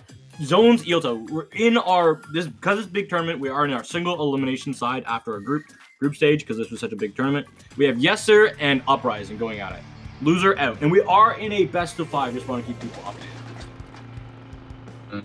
We are on a best of 5 this time around. Seeing the comps coming out, we have a double machine shot splash comp coming out from Yessir and Uprising, keeping with its double splash machine and heavy. Literally just a combination of splashes and machines with a shot and a heavy sprinkled in there. Yeah, I feel like the shot versus heavy matchup will be something that we'll see quite often. Shot allows you to have that much more frontline presence, but in favor of that, and that Trizuka will really be able to shut down that heavy if it is given the opportunity. As we were saying, that Oreo is trying to apply some pressure to the machine in the corner, giving them a really bad time. Both going down to other things as the crab tank coming out from Raze is trying to apply pressure. Going to be expired just shortly after I pointed it out. Booyah Bomb coming out from Uprising on that left side. Estes in the corner, going to be beaten to a pulp. Rise is trying to go over on that left side, trying to help out their teammates as Funds with the machine is, of course, trying to paint. But not before one of the splashes is pushing up on them. Flash gonna go down as Raze is trying to push up here. It is really good for Yessir, especially because both of the splashes on Uprising are picked up here. Liddy going down too. It is just Est on here, getting out Raze, trying to get Typhlo, but their teammate Oreo is gonna go down. They got 3! They got 3 in that situation. Ooh, that is gonna be really good. Can Nico get S there? Yes, they can. Pretty much gonna be a tray coming out with Glass trying to apply the pressure, but not before Funds goes for a flank with that machine. Just having that perfect trajectory, trying to get S there, but two down. Was that 2 down coming from that one person coming down from Liddy? I think it was. The spotting can do so much damage, so little time. The zone is so big on this map. S has to get this kill clean. Nico does fall. Jumps are coming in. Rise is here, but the zone will be flipped over in Uprising side. Yessir with the amazing opening lead. We're seeing how the machines have been able to shut down Liddy so far. Liddy just keeps going down in the machines, but coming up clutch there to get both. Yessir trying to get the zone back out of Uprising control, but Uprising, they maintain and have used some of the time. They've used some of their specials here. The Trizuka is almost done. One more shot, not really finding anybody. And their crab tank is at the ready, taking down Liddy. Glash coming in, but taking out Nico. It is pretty much a 2v2 as Glash has their crab tank at the ready. But they're going to get picked off. Not that good. As both Booyah Bombs are coming out, aiming for each other. But it is S who loses. Typhlo coming out on top, picking off Oreo 2 and almost getting the heavy, but not quite making it here. Wavebreaker at the ready, but picked off. Glash is not having a fun time here as the heavy is using their Wavebreaker, trying to get the space back in their favor. So as defensive. The penalty. Yeah, no, they're being really defensive here, and the penalty is almost up for Yessir as both machines go down. It is not looking good for Uprising. Double crab. That is what they have, and that's what they're gonna have to use. One crab falls. No. That is a trade scenario, but the zone is so massive. There needs to be a way for Uprising to just neutralize it, but it's so big. Too many people alive. 1 point left. How many more? How can the last effort come in and help here? This is clutch, and somehow Uprising, they were able to win out the paint duel on that zone. Oh no, that was really good. They came in at the perfect time and were able to take it back, but not before Typhlo was able to take out Glass. Can they take out the heavy? Yes, they can. Typhlo is just making camp in their plat. Are they able to get any more here? Oreo trying to push up on them, but Typhlo gets a third. Can they get a fourth? Can they get S? But they're going to go back, but S might be able to get picked off here, but the Booyah Bomb is coming out. Oh, now on the side. Oh, he fell off the map after using the Booyah Bomb! And the plus fell off! Oh my god! That was funny as heck. Uprising, now it's their zone. Losing both splashes is not going to be good. Heavy's coming out here. Liddy throwing that Wavebreaker caused a lot of distraction. So good so far. The trades are in the favor of Uprising. They have the members up and they have the super jumps coming back in, but they want to cap the zone. With only a minute left, they need to really, really lock down the zone.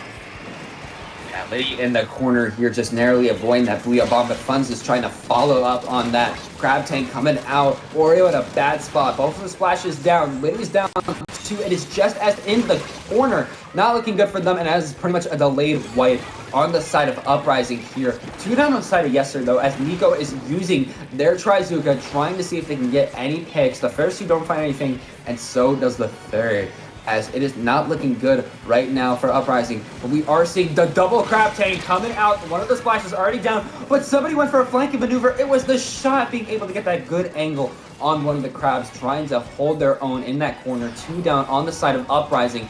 It is just a bloodbath here, as Typhlo is using that Booyah Bomb order to take zone, and it is a wipe out. That's going to be game. The single digits on the penalty, plus only 1 point left. GG's. That is going to Yessir for that first round. That was insane.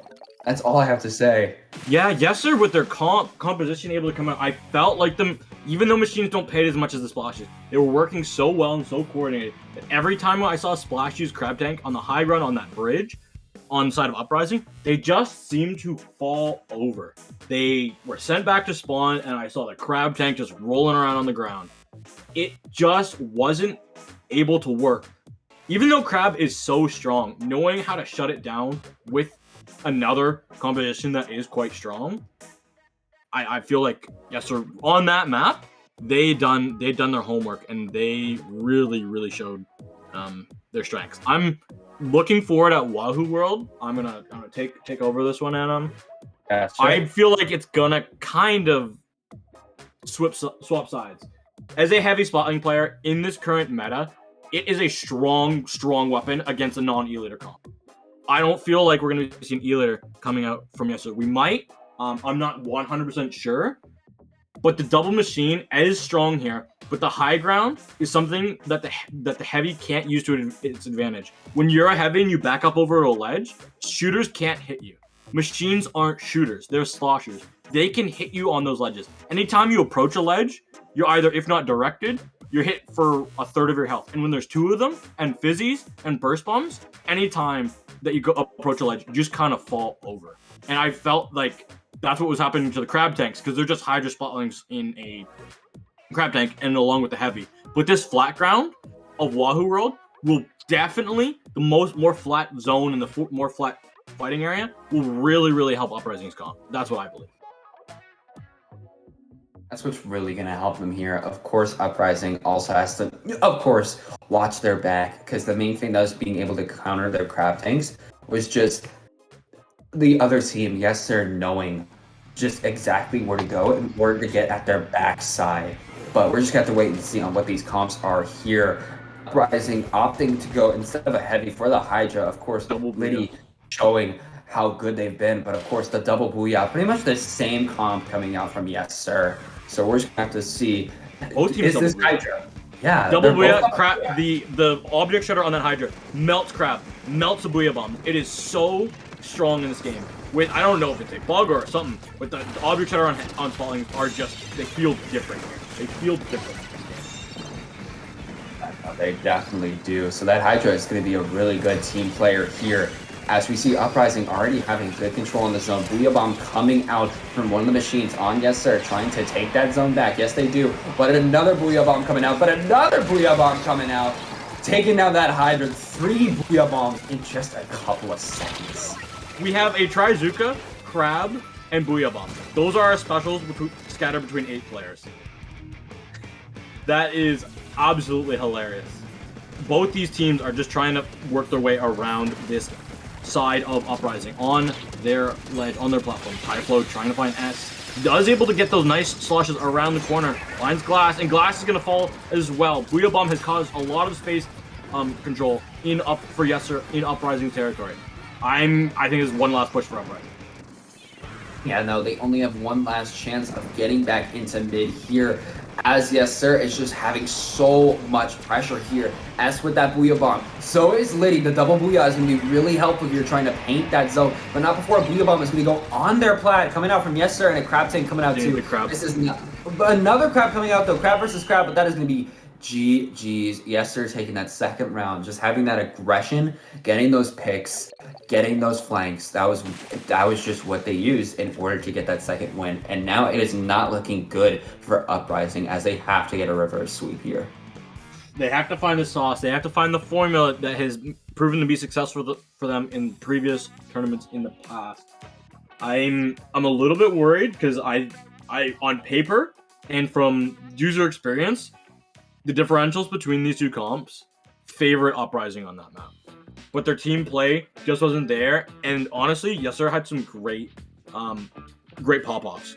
The different members of their team had really, really good pop-offs. I remember Tyfly's double, but they also had a nice combo with their fizzies in to get 2 assists earlier on. It was Yessir's kind of a map. They're the one with the momentum. NM, Undertow Spillway. Is Tacticooler good here? I would want to say yes. I feel like maybe Undertow on paper, it could be useful in order for pushes, but with splat Another zones... team are playing Tacticooler, and I'm sorry to burst your bubble.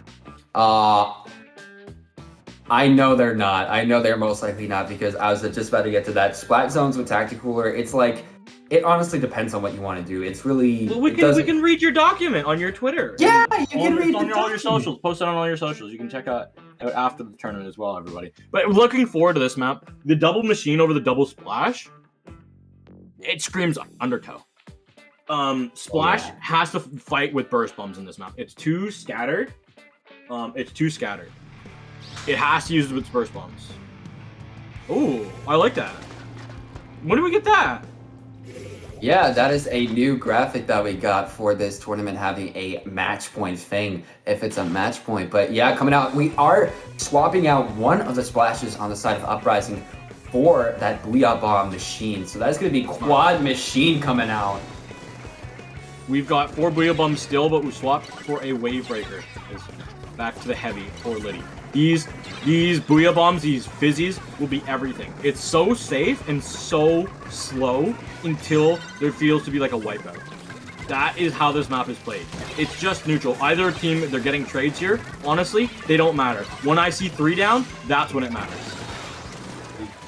So Tri-Super coming out, getting out Glash. That's actually going to be 3 down on the side of Uprising. Just as you said that it happened, as Nico and the rest are going to be pushing up. Funz has their Booyah Bomb at the ready, putting out those fizzies, making sure they have some displacement at the ready. One of them is on Snipe, one of the machines here, as Funz is getting a little bit tripped up by that mid block there. As Est has the Booyah Bomb, putting it down. I heard another Booyah Bomb at the play. There comes another Booyah Bomb, getting a double. Those are both the machines down on the side of Yessir. That's not going to be good for them, as Glash is just perfect timing to push up here, taking off Raze. Not looking good for Yessir right now. They have to clap back with something here. You need to see Liddy on this, right where they're standing. Perfect positioning from the spot line. If they stay on those ledges, right in the middle of that giant glass pillar, you have so much control of the map. The only thing that you're fearful of is that Trizuka, which Nico has just used. Uprising, trying to hold these zones. These zones feel like Splatoon 2, if not Splatoon 1 zones. 2 zones separated by a large object. They're very close together, but you can have one neutralized and point zone off you off. Yeah, no, it is also weird seeing as this is the only map to even have 2 zones. Everything else only has 1.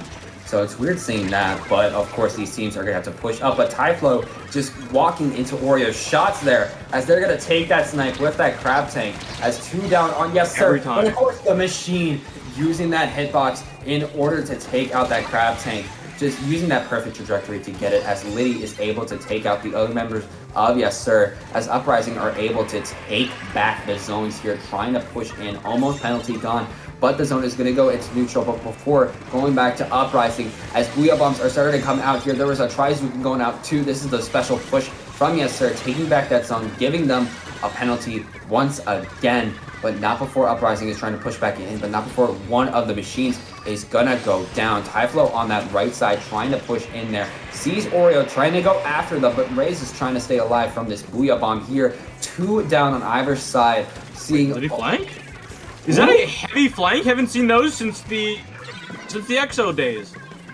Yeah, no, that might... Oh my god. No, yeah, that's a flank. That's not their side of the map. Absolutely chaotic. Wavebreaker out from the side. Gets one. Can't find Nico. Nico's going to try and go in and find Oreo. No, Oreo gets out with the help of their teammate Booyah Bomb. But the zones are still in control of Yessir. Yeah, no, the zones are still in their control as the penalty is gone. Uprising has to try to paint here. Liddy trying to get paint on the ground. One of the machines is going to go down. Can they get the splash? No, they can't. Crab Tank coming out. Nico trying to stay back. The Booyah Bomb is going to easily displace them as it is perfect for Uprising to take back the zone. Almost got a penalty. Can they get above the penalty here? Yes, they can. Starting to get points on the board as Flash has their Booyah Bomb. Gonna opt to use it here. Gonna go for Typhlo, but can they get that pick? They don't need to. They just need to cause space. They need to cause chaos. They've forced both the Booyah Bombs coming out of Yessir, and they've barely neutralized the zone. They've gotten one, but they've lost so many members on the side of Uprising. Just Liddy. Liddy's gonna pop this hero Wavebreaker to try and get something done. I don't know. It's kept the space out, though. I think it's really good. They get one. They get Typhlo. Can they find any more? They know that there's somebody on this right side, but they don't actually see them. They're all back in mid. As we see Vugs versus Flash, both of them taking each other out here. As the penalty is almost gone on the side of Yessir, they have to get it for like one more second, which they do. Getting some more points on the board is really close here, but Yessir is trying to get more of a good lead. Booyah Bomb coming out on the right side. Crab Tank coming out from Oreo. As we see here, they are trying to push up. They're trying to take back the zone. This could be anyone's game if Uprising plays it correctly. They sure this Booyah Bomb, this is huge for them. As long as they don't die, one, they don't do it. Is Typhlo gonna get two? Typhlo gets two in that situation. Got away with absolute murder. If Nico gets Liddy here, this is dangerous as well. Oh no, yes. Just as you say that, that is what happens as Flash is in a really bad spot, getting picked off so close, but it's just one left alive as S is trying to push in here, trying to take on Typhlo, but he gets picked off. They were so close to getting that penalty off and maybe taking lead, but as we saw there, Yessir was able to get some really good picks at very specific moments and take it back. Pretty much taking the set there, going for Yessir as they move on. Yeah, that's the 3-0. Yeah. Geez, they're going to be facing Penguin in our next round. Oh, yeah, they're facing Penguin. That is going to be a really interesting set to see then. Both really top, really good teams. Yeah, wow. Honestly, Yessir, their strategy and their pure coordination, honestly, and pop-offs, they won their 2v2s and they won their 1v1s whenever they seemed that there was any opportunities for those to go down just over Uprising. The ink was in their possession. They were getting they were hitting sevens. They were getting lucky. They were putting themselves in good positions for these skill shots and these skillful plays. And honestly, it was amazing. Yeah, really good coming out from both teams, but in the end, Yessir was the one to get the necessary picks, the flanks, shutting down any type of crab or Booyah Bomb there was in sight, and taking that match, going on to semifinals, which of course semifinals will be coming up shortly just after a short break. Make sure to stay tuned.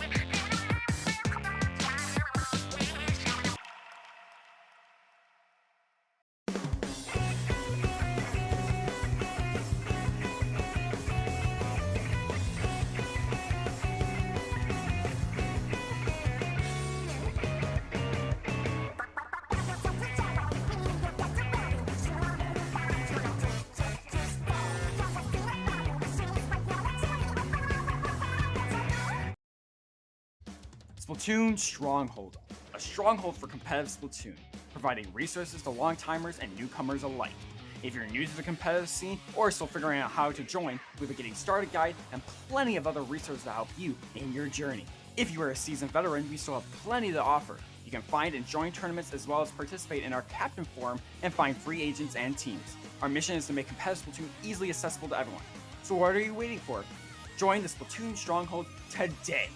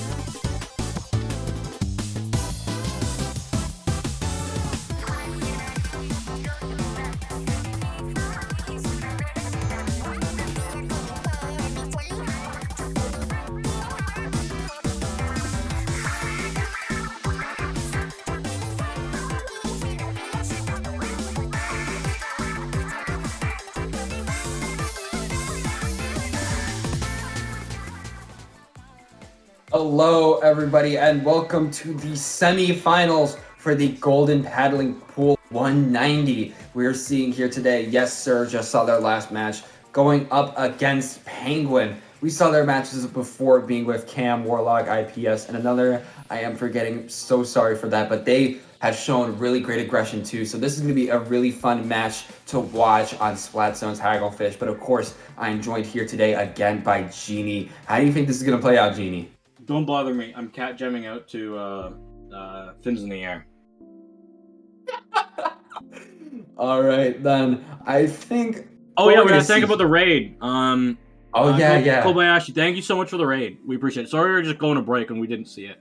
But anyway, going into this, I feel like we're gonna have very similar comps. I don't know if IPS plays Splash or he's just still Potato Bomb Jr. I haven't seen IPS play in a little while.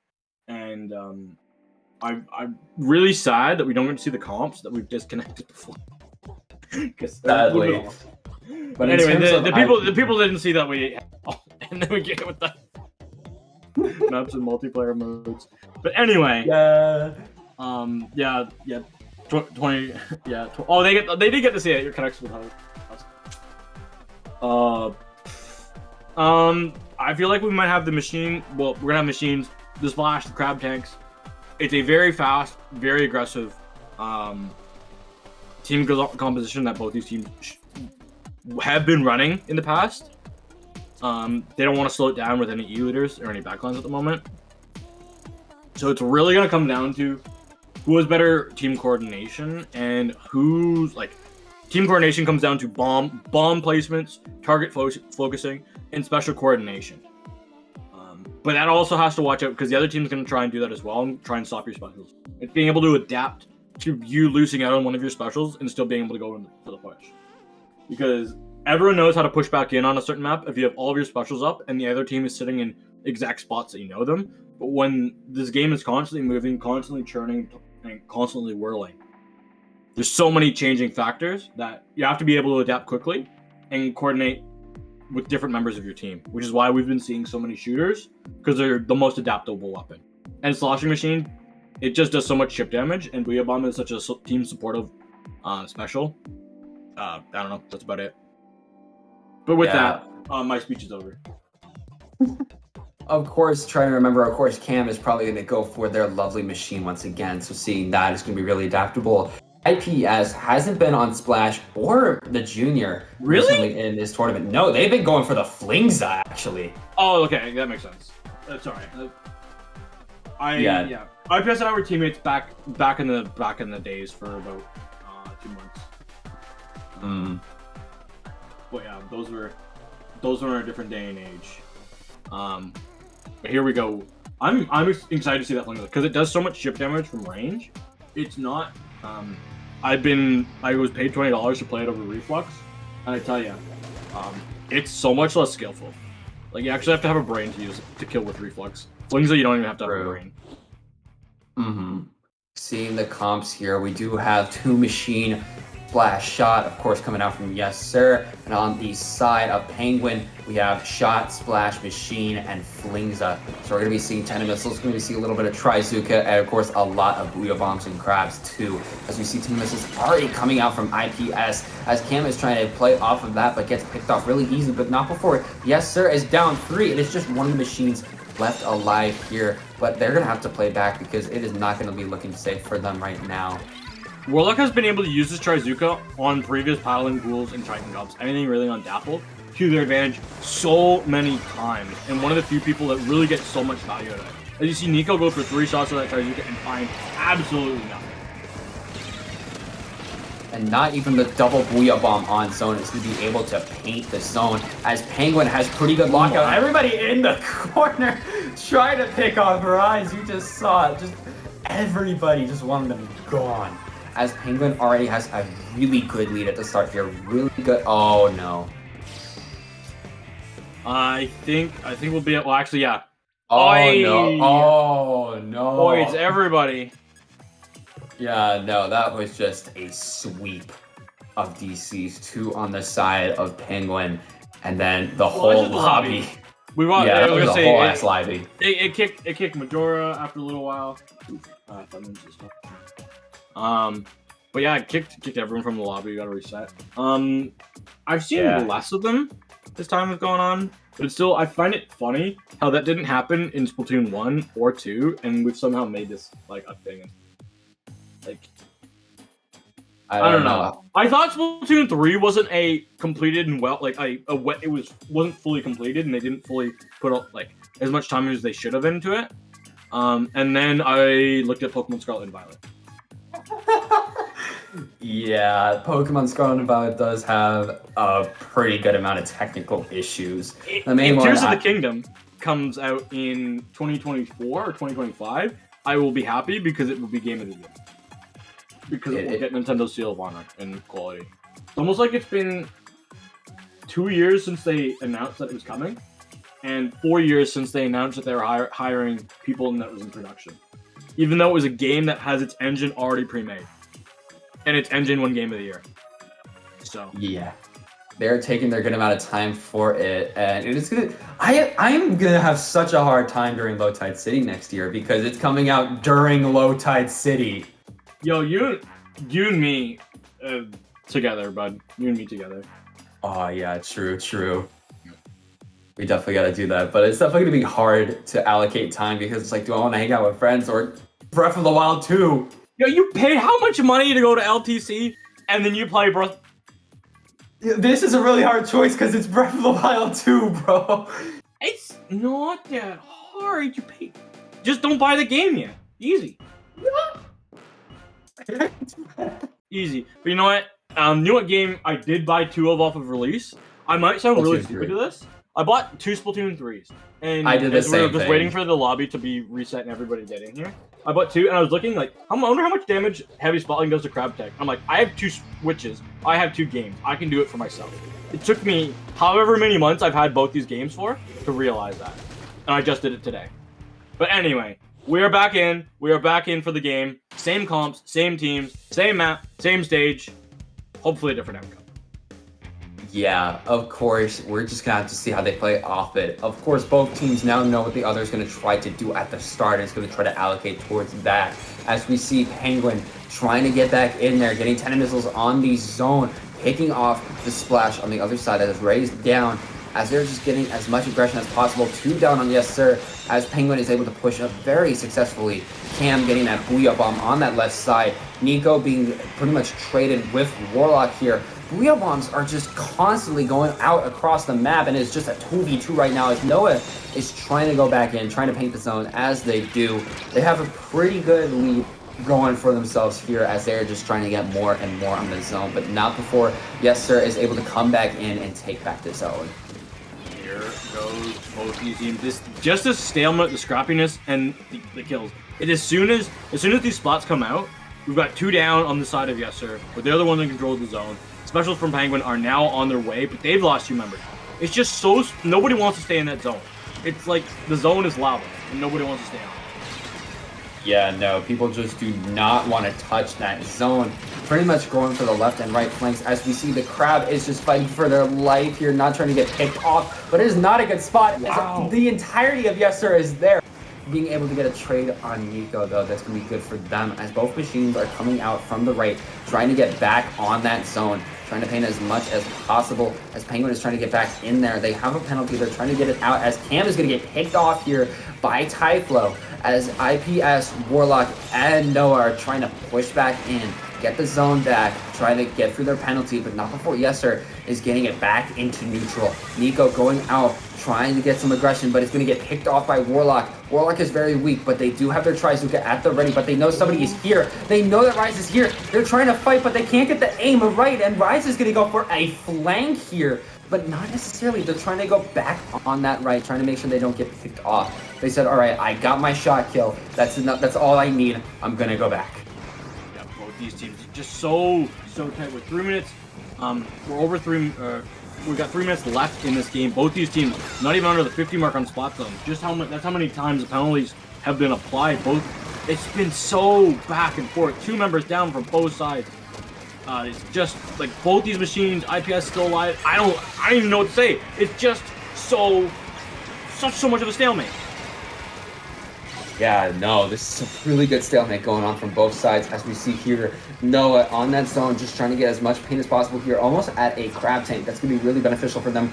Crab tank coming out, trying to paint as much as possible here. Another crab tank on the other side from Rays as the shot is down on the side of Yessir. Penalty over per Penguin, and they are getting points as much as they can. 2 on that right side as Warlock and the others are just being a little bit back, waiting for specials to come out here. A Booyah Bomb is coming out, but not before being canceled. I mean, they got the Booyah Bomb out, but they were picked off immediately by Warlock's Trizuka. As we see, they're just trying to paint as much as possible. Ray's trying to go back in, trying to paint as much as possible here. Almost at a crab tank. That's going to be really beneficial for them. Trizuka coming out, second shot. In the third shot, get anything? They did with IPS, though I'm not sure if their teammate was the one to get it down, as Nico is trying to get forward on Cam, but there's just 2 left on the side of Yessir.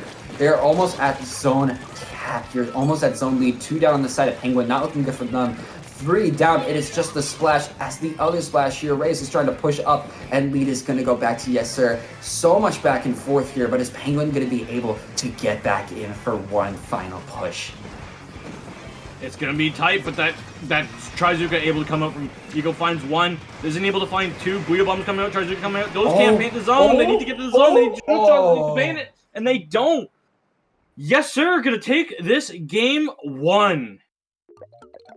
So close. Maybe if they just had a bit more paint on that zone, that might have been able to get a retake. Might have been able to push up. But either way, you saw there, yes, they're getting that first game, and now it is up to Penguin to get a counter pick, and they got to make sure they get a good map. What do you think would be a beneficial map for them here? Rocking with the team comp that they've got, if they're gonna be rocking this Flingza, maybe, I was gonna call it Wally Warehouse, maybe Hammerhead, maybe Mincemeat. I don't think they go to Mahi. I don't think they go to Mako. And I don't think they go to Sturgeon. That's what I can say. I don't really... It's so difficult. You want to have your Flingza be able to be in a position. You might go to Museum, maybe. You want to have your Flingza in a position where it can just kind of paint zone. But you can't have it too far back that it can't paint zone. Like on Sturgeon, it's too far back. It can reach zone a little bit, but it doesn't do much. Scorch, I feel, is just... It could be okay, but it feels a little bit too big for Flingza. I don't know. It's really up to what they think. Yeah, I'd love to see Hammerhead just because, honestly, I just really love Hammerhead. Inkblot will be our pick. Okay, we are going to Inkblot Art Academy. Of course, Flingza is going to stay back primarily in plat, but going to push up maybe a little bit in that zone, but mainly just going to focus on missiles. Penguin getting an any percent speed run on hitting Aang. Oh my god. We just got in there and they were just pre-readied. Alright. So they are not swamping up their comp. And Nico's the only one that's just taking some time. I think they're just going over strategies like what's the opening game plans and what's our retakes. Which is a good thing that every team should go over. What's the opening game plan? And if things go south, what's our retake? Everything else after that, kind of, you've already practiced in scripts. Seeing comps, of course. It is pretty much going to be the same from both sides then, as we are going into the second round here. Who's going to be able to be the first one to get a really good push? We're just going to have to wait and see here. It also might come down to some retakes as well. We will definitely see. But I know that we're going to be having a replay because both teams are just... Oh, yeah, everyone's dropping like flies. Oh, my God. Oh, no. I saw somebody starting flying over on the mini-map. They just started teleporting to the right off the beginning. I saw the map open up. And they were off over top of where the water would be on the north side of the map. And I was like, yeah, this game's done. Because nobody can make it to that spot off of spawn, shoot out of spawn and make it there. Who is the culprit for this bad Wi-Fi? We've seen both teams. Yeah, it's literally Nintendo's fault. Yeah, they got to fine-tune this game. $20 a year for no server. Pretty much. I even know, like between Splatoon 2 and Splatoon 3, they've gotten like this new server going on for There's online. no servers. Yeah, but it's not working for this game. Other games, the new stuff has been working quite well, but for this, yikes. What makes me mad is playing Pokemon Unite, and Pokemon Unite isn't even how buggy it was at the beginning. It still has servers. Yeah, no. It's a Pokemon game. I know it's on phone. I know it's like a phone game that they took and put on Switch, even though it was on Switch before it was on phone. But like, maybe you look at that. Maybe you think, maybe we should incorporate that. Or maybe you take the feedback, which we've been saying since Splatoon 1. Do it. But you know what? Japan doesn't need servers because they're so close to each other, so it works for them. But Yeah. For us though, we kind of need those. Yeah, we kind of do. It just doesn't work. Yeah. No. But anyway, Even- we digress. Zones Inc. Well, we saw we're gonna see the same comps. I don't feel like either team, like, if you get a strong start, it really helps. But last year's effort and how much people have been running it, comebacks are so much stronger. Oh yeah, that's why you don't see anybody running like opening gambit. It's also because the only time anyone ran opening gambit was Salts by Reg in Splat 1. You get one person up there really quickly, they put beacons down. Was it Octobrush, which had beacons and Kraken, so it could get up there really quickly, paint up, get its Kraken, put beacons down, and then just use Kraken? No, didn't have beacon. Anyway. I don't think it did. I'm not sure though. We can give you a not town scoreboard, a bracket update. OREOS, the first seed, took the other semifinal 3-2 over Spark. Spark will be playing in that bronze match, but that was a great showing for Spark. Yeah, no, they did really well. Also, I just checked. Yeah, it was Octobrush. It did have Squid Beacon and Kraken. I was right. Thought so. All right. Let's see what we got Hopefully here. we get into this game and we get it rocking. No DCs to be found just yet. We really have to look out for that. But as we see here, what is going on here? The Splash is in a really bad spot. Both machines down on either side. Same thing with a shot and a Splash. Rise to live. It is a 2v2 going on right now as they have a crab tank ready on the side of Yessir. But it is anyone's game for that zone here. I hear a Booyah Bomb coming out from Yessir, actually going straight on IPS, but not being able to pick them off as they are opting to jump out because they want to have those Senate missiles.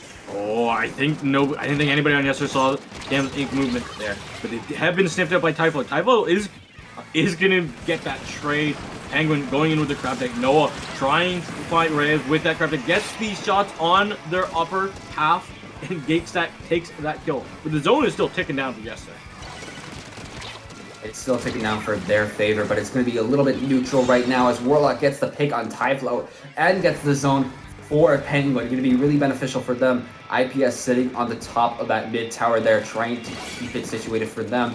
As Trizuka is ready, coming out from Nico here, as they're going to pop it out here. Can they get any picks? They're mainly trying to look out for Warlock. They know they're there, and they got the assist on that. So that's still a pick, as Noah is in a corner with that crab tank. Gonna expire. Not looking good for them, as they're gonna get picked off. Funds in the zone, has the Booyah Bomb at the ready, trying to make sure that they keep it here. As you can see, Rays go down to Warlock, but Nico is gonna come in and take Warlock off, as 10 missiles are gonna be flying off from that fling zone. They gotta gut back. They gotta make sure they don't get picked off here. But the penalty is almost down on the side of Yessir, so Penguin has to come back and has to try to answer. Yeah, Trizuka's gonna be coming up from Nico. Yes, so they're trying to hold off the members of Penguin. Warlock has fallen. IPS is gonna be put in the corner to that big Booyah Bomb.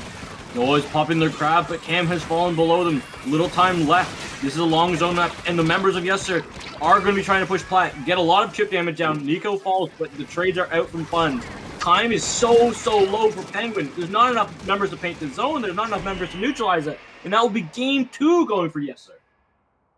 And no, another game going for Yessir, because as you saw there, once they got that initial push, they were just able to play off that so well. And some of the members on Penguin just kept putting themselves in that corner on that left side, which might have not been the best play, kept going there over and over, because I saw that happening on multiple occasions.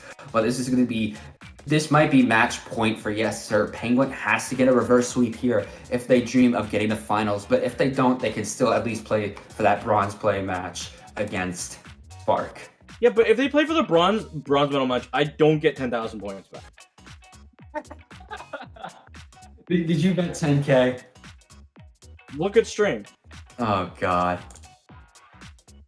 Yeah. I am. I was halfway through that match. I was thrown for a loop while you open up stream and try and see how many points I bet on this.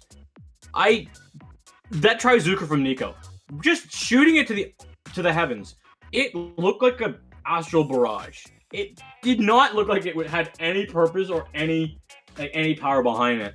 But somehow the rest of the members of Yessir were able to capitalize on it. I saw no value on paper. If you're shooting it in the sky as a Trizuka at the beginning, you're not using it how it should be used. But somehow, some way, they came out with 2 assists and the zone and never looked back. Making me eat my words. Yeah, I'm really excited to see what this fair. I'm not gonna laugh at you. I am not gonna laugh at you. Gambling does get the best of us. Yeah, I lost most of them. I'm still salty about that King Starburst set, bro. Oh, that one, yeah. I bet it on Kings, and then I bet it on Starburst. And then I bet it on Starburst again. And Oh my I God. lost all of my points. That is just the worst luck. Like I have built all the points that I've built up were from all these other tournaments that I've commentated, and now I'm gonna blow them all now. Actually, I had another reset. I went all in about 3 weeks ago on some friends, but they were friends, so of course I was gonna go all in on them. Fair enough. Yeah, you know. Oh, Museum is going to be our counter pick. Splatzone's on Museum. All right, Museum. Slingshot might be able to play well here, but of course that Crab Tank and Booyah Bomb are going to play exceptionally well here also.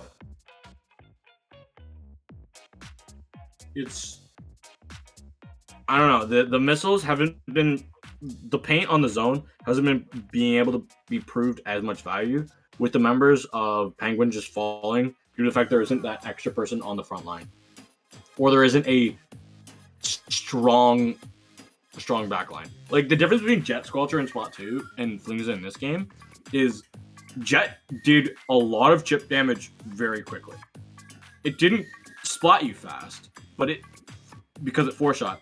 But it shot pretty darn quickly for like as much range as it had. It could do so much chip damage in such a short amount of time and just spew out missiles and was so oppressive. Flingza does 40, which is a little bit more than the Jet Sculpture does, but it does it in about triple the time. Yeah. Flingza might not be the play here, but we're just going to have to wait and see. As we were just waiting for one more member, we were waiting for funds just to ready up here, maybe making a bit of a decision, just trying to talk over some things and whatnot. No comp changes from Penguin. They readied up again immediately, which I think is I don't know, I'm being super analytical today and super nitpicky. Bad strategy. You want to create mental game with your opponents. You want to create a little bit of a mental game. You want to say maybe where you are changing up our comp, but then you don't actually change up your comp. You want to make your opponent second guess. But if you ready up right away, you've already played your card. They already know what card you played. Yeah, no. If you ready up instantly, it's just like, all right, they're going with the same comp. We know what weapons they're going with. So how do we counteract that? Yeah. And that's what you can do there. Like, how do you beat Tactical? Respawn Punisher. Well, you shouldn't ready up immediately in them, because people are just going to run Respawn Punisher against you all the time. The problem is they just know what weapons I'm going to play, no matter what. I know. No matter how That's long the I other take, thing. it's going to be cooler. Whenever I play against you, I just hope you know I Respawn Punisher. Wow. I mean, fair enough. Brotherly love, brotherly love. Yes. Yeah, seeing the comps coming out here, of course, pretty much. Actually, wait, no more Flingza. Instead, Wait, how? going for the How did junior. I just ready up that fast and not pick Flingza? No, I guess they already had it at the ready. They're just like, okay, it's not working. As we said, it's not working out. The junior is going to be more of the play here, as they're going to go for that big bubble. That might be pretty beneficial for them, because at this point, they have to make sure they get these wins. As we see here, Penguin already getting the zone. That's going to be really good for them. Very, very good for Penguin. They've got to watch out for the Crab Tank coming out on this right side with the Trizuka of Nico. Gonna find one. Warlock is falling. The zone will be neutral in the side of Yessir. Yessir will have the cap over. Specials are coming up for Penguin. They got that big bubbler, but have to watch out because Nico's just going to be starting to run in. Yessir's going to be popping that Booyah Bomb as well to shred that big bubbler out of the side of Yessir. There's going to be another member trapped. Reyes is trapped in the corner, and the lead has swapped to Yessir. Seeing Cam in the corner here, trying to play with their life, as one of them is going for IPS, takes them down, but the machine getting really good trajectory onto Cam. Tideflow getting away with that pick, and it's going to push up here with their fizzies, of course being able to stall pretty well, as they're just trying to take over Penguin's spinner. Penguin has got to clap back here, because if they lose this match, then they have to play for bronze. They can't play for that win, but at least they can play at least one more set against Spark, if that's going to be the case. Going to the 20s, 2 down on the side of Penguin. Again, not looking good, but they're getting the zone and more of a neutral. Can they paint it? They have to deal with this splash, which they do, but the machine picks them off and is going to paint the zone back in their favor. Such little time. The machines are ready, both alive on the side of Yessir. The zone has been neutralized. Penguin's trying to come in here. They're going aggro. They're going quick. They're going fast. Machines are falling. The painting weapons are gone. Just going to be Noah versus Warlock, and Nico wins it. Nico was the last one to be alive, watching everybody else fall, and with that, that might be GG's. Again, 3 down on the side of Penguin. That is going to be GG's, with Yessir taking that set and moving on to finals. Oh my goodness. That 1v1 was absolutely everything. It could have swapped the game up, could have swapped it around. I like the aggro play from Penguin to catch Yessir off, because they knew the jumps were going to come in, and they didn't have much time to play it slow.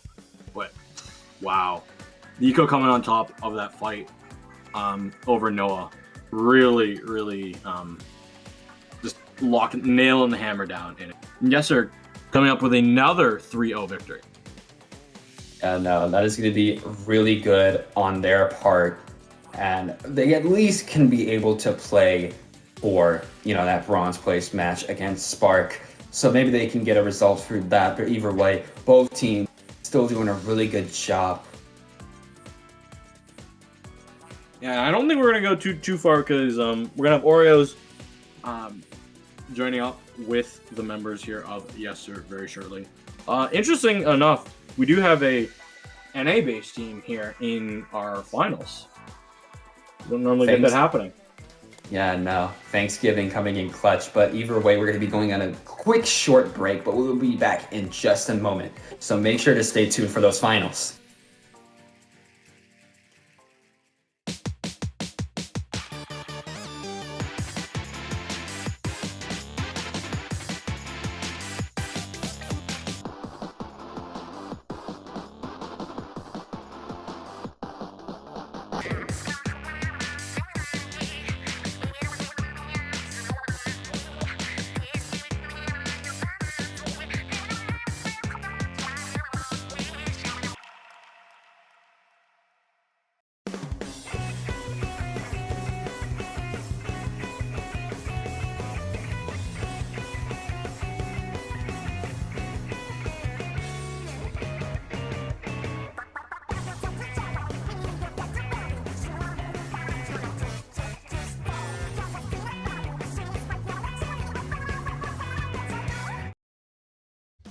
Splatoon Stronghold, a stronghold for competitive Splatoon, providing resources to long-timers and newcomers alike. If you're new to the competitive scene or still figuring out how to join, we have a getting started guide and plenty of other resources to help you in your journey. If you are a seasoned veteran, we still have plenty to offer. You can find and join tournaments as well as participate in our Captain Forum and find free agents and teams. Our mission is to make competitive Splatoon easily accessible to everyone. So what are you waiting for? Join the Splatoon Stronghold today!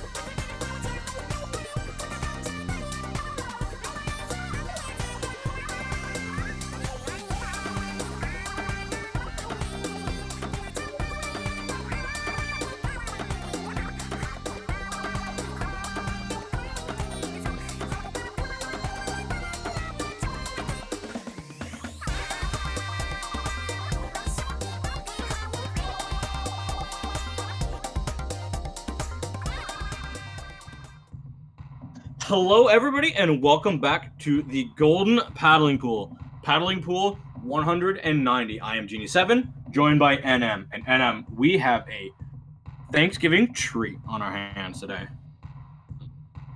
Normally, with the timing of these Dapple Production tournaments, you don't necessarily see a lot of big American teams coming in, but because of the Thanksgiving break we have on our hands, we are seeing Keen, Omega, Max, and Madness from Seafoam. That is not what you expect, but that is what's being played here. Half Seafoam. We can't. They're not all Seafoam because True. Yeah, true.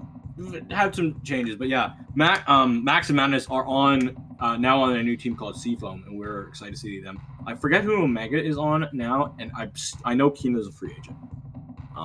But yeah, and Yessir is a team that we've seen twice now. Actually, this will be their third time in a row on stream, so I don't think you need any introduction to them. Just go on the YouTube video. Just go back a page. You know. Back yeah. Side. Oh, and immediately that's fine. We get to see the comp. Yeah, of course. We're actually seeing the first time we're seeing a vanilla bucket come out. Very surprising seeing that come out. Not surprising seeing Max on the vanilla bucket, but maybe just a little bit. I guess it's just surprising that it's taking us so long to see a vanilla bucket in this tournament. But of course, we also see the Flings of Double Splash, which we have seen those weapons and those sort of amounts come out before. Never would have thought it was like, oh, you see Splash Flings. Ooh, it's like, I don't know. I feel like we haven't been stuck in this meta for as long as we've been stuck in some metas. Because this meta, it's revolved fairly quickly. Machine and Splash have had. Splash has got discovered pretty early on. We knew Machine was really strong. Like, we saw its kit, and we knew it was going to be the best weapon in the game just off of its kit. So they've had a strong stay, but hopefully, I'm going to be straight up honest, hoping a lot from Chill Season to see them kind of be nerfed. But I like how they've had a good time in the spotlight, good 3 months in the spotlight. Yeah. The regular social though, we could talk about Tri-Strike. Do you like Tri-Strike, NM? Actually, you don't even use Tri-Strike. Have you used it yet? I have used it here and there, just like in the training room, not really putting it into any matches. But I really like the concept of the special, since the original Ink Strike just holds a really big place in my heart. The amount of times I've used it in the original Splatoon, I really do hope that the Henzap 89 gets triple Ink Strike just so I can just easily use it. But of course, I really love the special. I think it's actually pretty good. I think it's fun. It's underutilized because it's not on enough weapons. And the weapons that it's on are, let's just say, interesting. Besides the regular Slosher. If you're gonna play Tri-Strike, you're playing regular Slosher. It's on. I know it's on Umbrella, but I can't. And I could give you a 45-minute rant on the problem with Umbrella. Yeah, sadly. And the other one is the Rapid Blaster, which might have been good, but it's got a certain sub, which I don't think it pairs well with. Yeah, Inkmine on a mid-range is kind of... Yeah, Flings makes it work somehow. Yeah, mainly because I feel like with Flings and how it wants to play, it can play well with the mine. So here we are getting into this Game 1 of Grand Finals for this Golden Paddling Pool. Yessir, OREOS. Yeah, we're going to see who comes out on top here. 10 missiles already coming out here in the first 15 seconds, but 2 are down on OREOS. Same thing with Yessir, as one of the machines is already coming back to life. Shot going down, as we see the Flings that is just trying to play as aggressive as possible. Keen on top of the spinner with their crab tank, trying to see if there's anybody below. It is a 2v2 right now, as Funds is staying on their spinner, trying to make sure they don't get picked off, but Keen does see him. Madness is trying to come up alongside them too, as they're just all stuck in their spinner, trying to find a way to get out of there. What is Max trying to do? Max just spotted, going to be taken out immediately. 2 members are down on the side of OREOS. Jumps are going out as well. They still have their missiles at the right to come back in. And yes, sir, they actually used, I believe, 2, if not 3 specials to get back in. Yeah, they did use 3. Yeah, no, but OREOS does have 2 specials to get back in there. Of course, getting a flick on one of the machines there. Another one going down. Crab Tank coming out. Flings had those 10 missiles just a little bit ago. Funds is going to get picked off very easily. Pretty sure they got crab rolled there. Might be wrong. That was beautiful. Beautiful work from Keen to know, just to like, this is my opportunity to go in and roll. Omega's got my back here on the ground with the slings it. I just need to stay alive. And that was a beautiful play. Unfortunately, Omega falls down in the middle of the zone. Yessir, opportunity to come back in. They've got specials already. Booyah Bomb comes out. Crab's out. Members of Yessir have fallen. That's 3 down. Nico's last alive with that. Trizuka gets 1, gets 2 with it. Has to find Madness. And Madness has caused a lot of chaos. Yeah, no, Madness is causing a lot of chaos here as Nico and another are just in a stalemate. Nico just tried not to get picked off by those burst bombs, but the crab tank's gonna come out. He has got to jump out of there onto his teammate who's on spinner, making sure they don't get picked off. Madness was in there for quite a hot minute, getting enough hit and getting just enough distraction in order to make sure that Yessir can really do anything much, as Yessir is trying to get back in there to left on the side of OREOS as more trying to spawn back in, as Yessir is going to take back the zone and is going to try to shred that penalty, but not before Nico goes down to Madness here. Madness is trying to stay alive here. Cannon missiles are going to push back the other opponents, and that is going to be a wipeout on Yessir. They couldn't stay far away from those cannon missiles for long enough, and now OREOS is just trying to take the opponent's spinner here. Oh my goodness, they've got the control. There goes those that triple ink strike plus the crab. Max is just trying to go in, finds one, cannot find funds. This is so difficult because OREOS have lost a lot of members. Luckily, Keen comes up big, gets the trades that they need. The zone is still ticking down for OREOS. Now that it's neutralized, the jumps have come back in though. So this zone will keep on going extremely quickly. Tyflow out here with that Booyah Bomb, putting it on the zone. It is not looking good for the side of Yessir here, but they are trying to make a comeback. Wait, what the? What? Water. Just water. Water? That looked so odd on my screen. But either way, Rise coming in, keeping a control on that zone. They have 30 more points to get through, but that's going to be 2 down.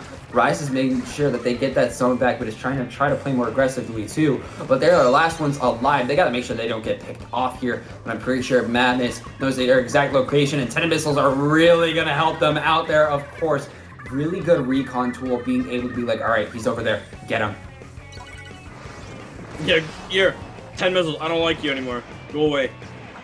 Madness has to watch out. Crab Tank is being so heavily pressured. Had 2 specials popped on it, but they are able to get a trade. Raise, nice job. Sees Keen's Crab Tank as well. Just gonna have to be backing away with that, and the zone will now be in Yessir's control. Under a minute remaining here. The specials are looking good for Yessir, but they need to stay alive. They need to keep control of this zone. Yeah, no, they need to make sure that the zone is in their favor. 40 seconds left on the clock. This might be Yessir's chance, as they have a good amount of OREOS down. They're getting that special pressure. This might be their chance in order to take back the zone here, but not before OREOS is trying to clap back. They're trying to get paint. That's going to be 2 down, though. It is a 2v2. There's 10 missiles on the zone, but Yessir is going to take lead. That's going to be really good for them. OREOS has to clap back here. They got to make sure that they can get paint on the zone, which they do, but they have to get some aggression here.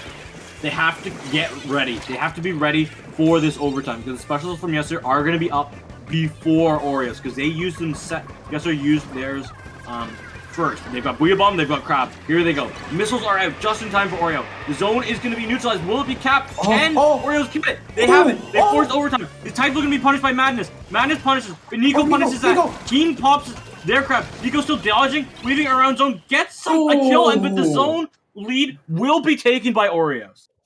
That couldn't have been more perfect. That was down to the wire. They got the zone back just before overtime. Would have been not worthy. And as you saw there, just got the right picks at the end there. For OREOS. I am so tired. For OREOS to be able to get that first game. Yeah. Wow. OREOS, they were ready for that overtime. They had their missiles ready to counteract the specials and the good bomb placements to shut down that crab before anything could get done on the side of Yessir.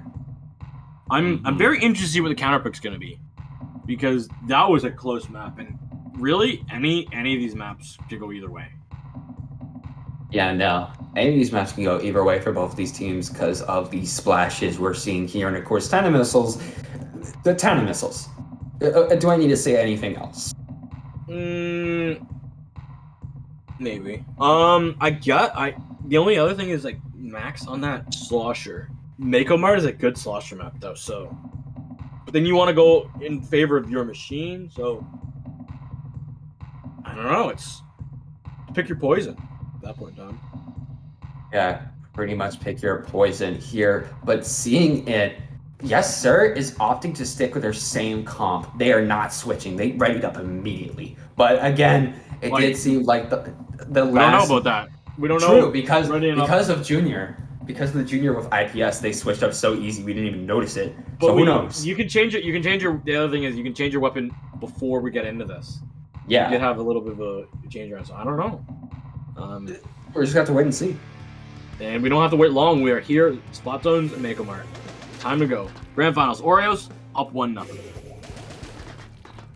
Looking at the comps here, they are actually opting to stay with this same comp. And on the side of OREOS, yeah, pretty much the same thing. Both of them believe in their comps. They believe that it is going to get them the win as they are trying to push up into mid here. But yes, they're having pretty good control at the start.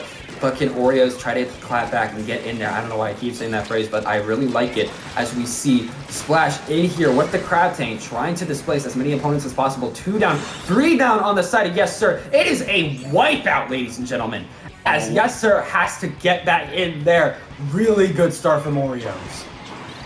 Triple ink strike used really early. None of the members of Yessir were actually really out of the spawn, but Max is going in super aggressively. Take out funds. Rises on the far right. Keen says good morning. Does see that Nico's Trizuka trying to find any space. Booyah Bomb and Crab coming out.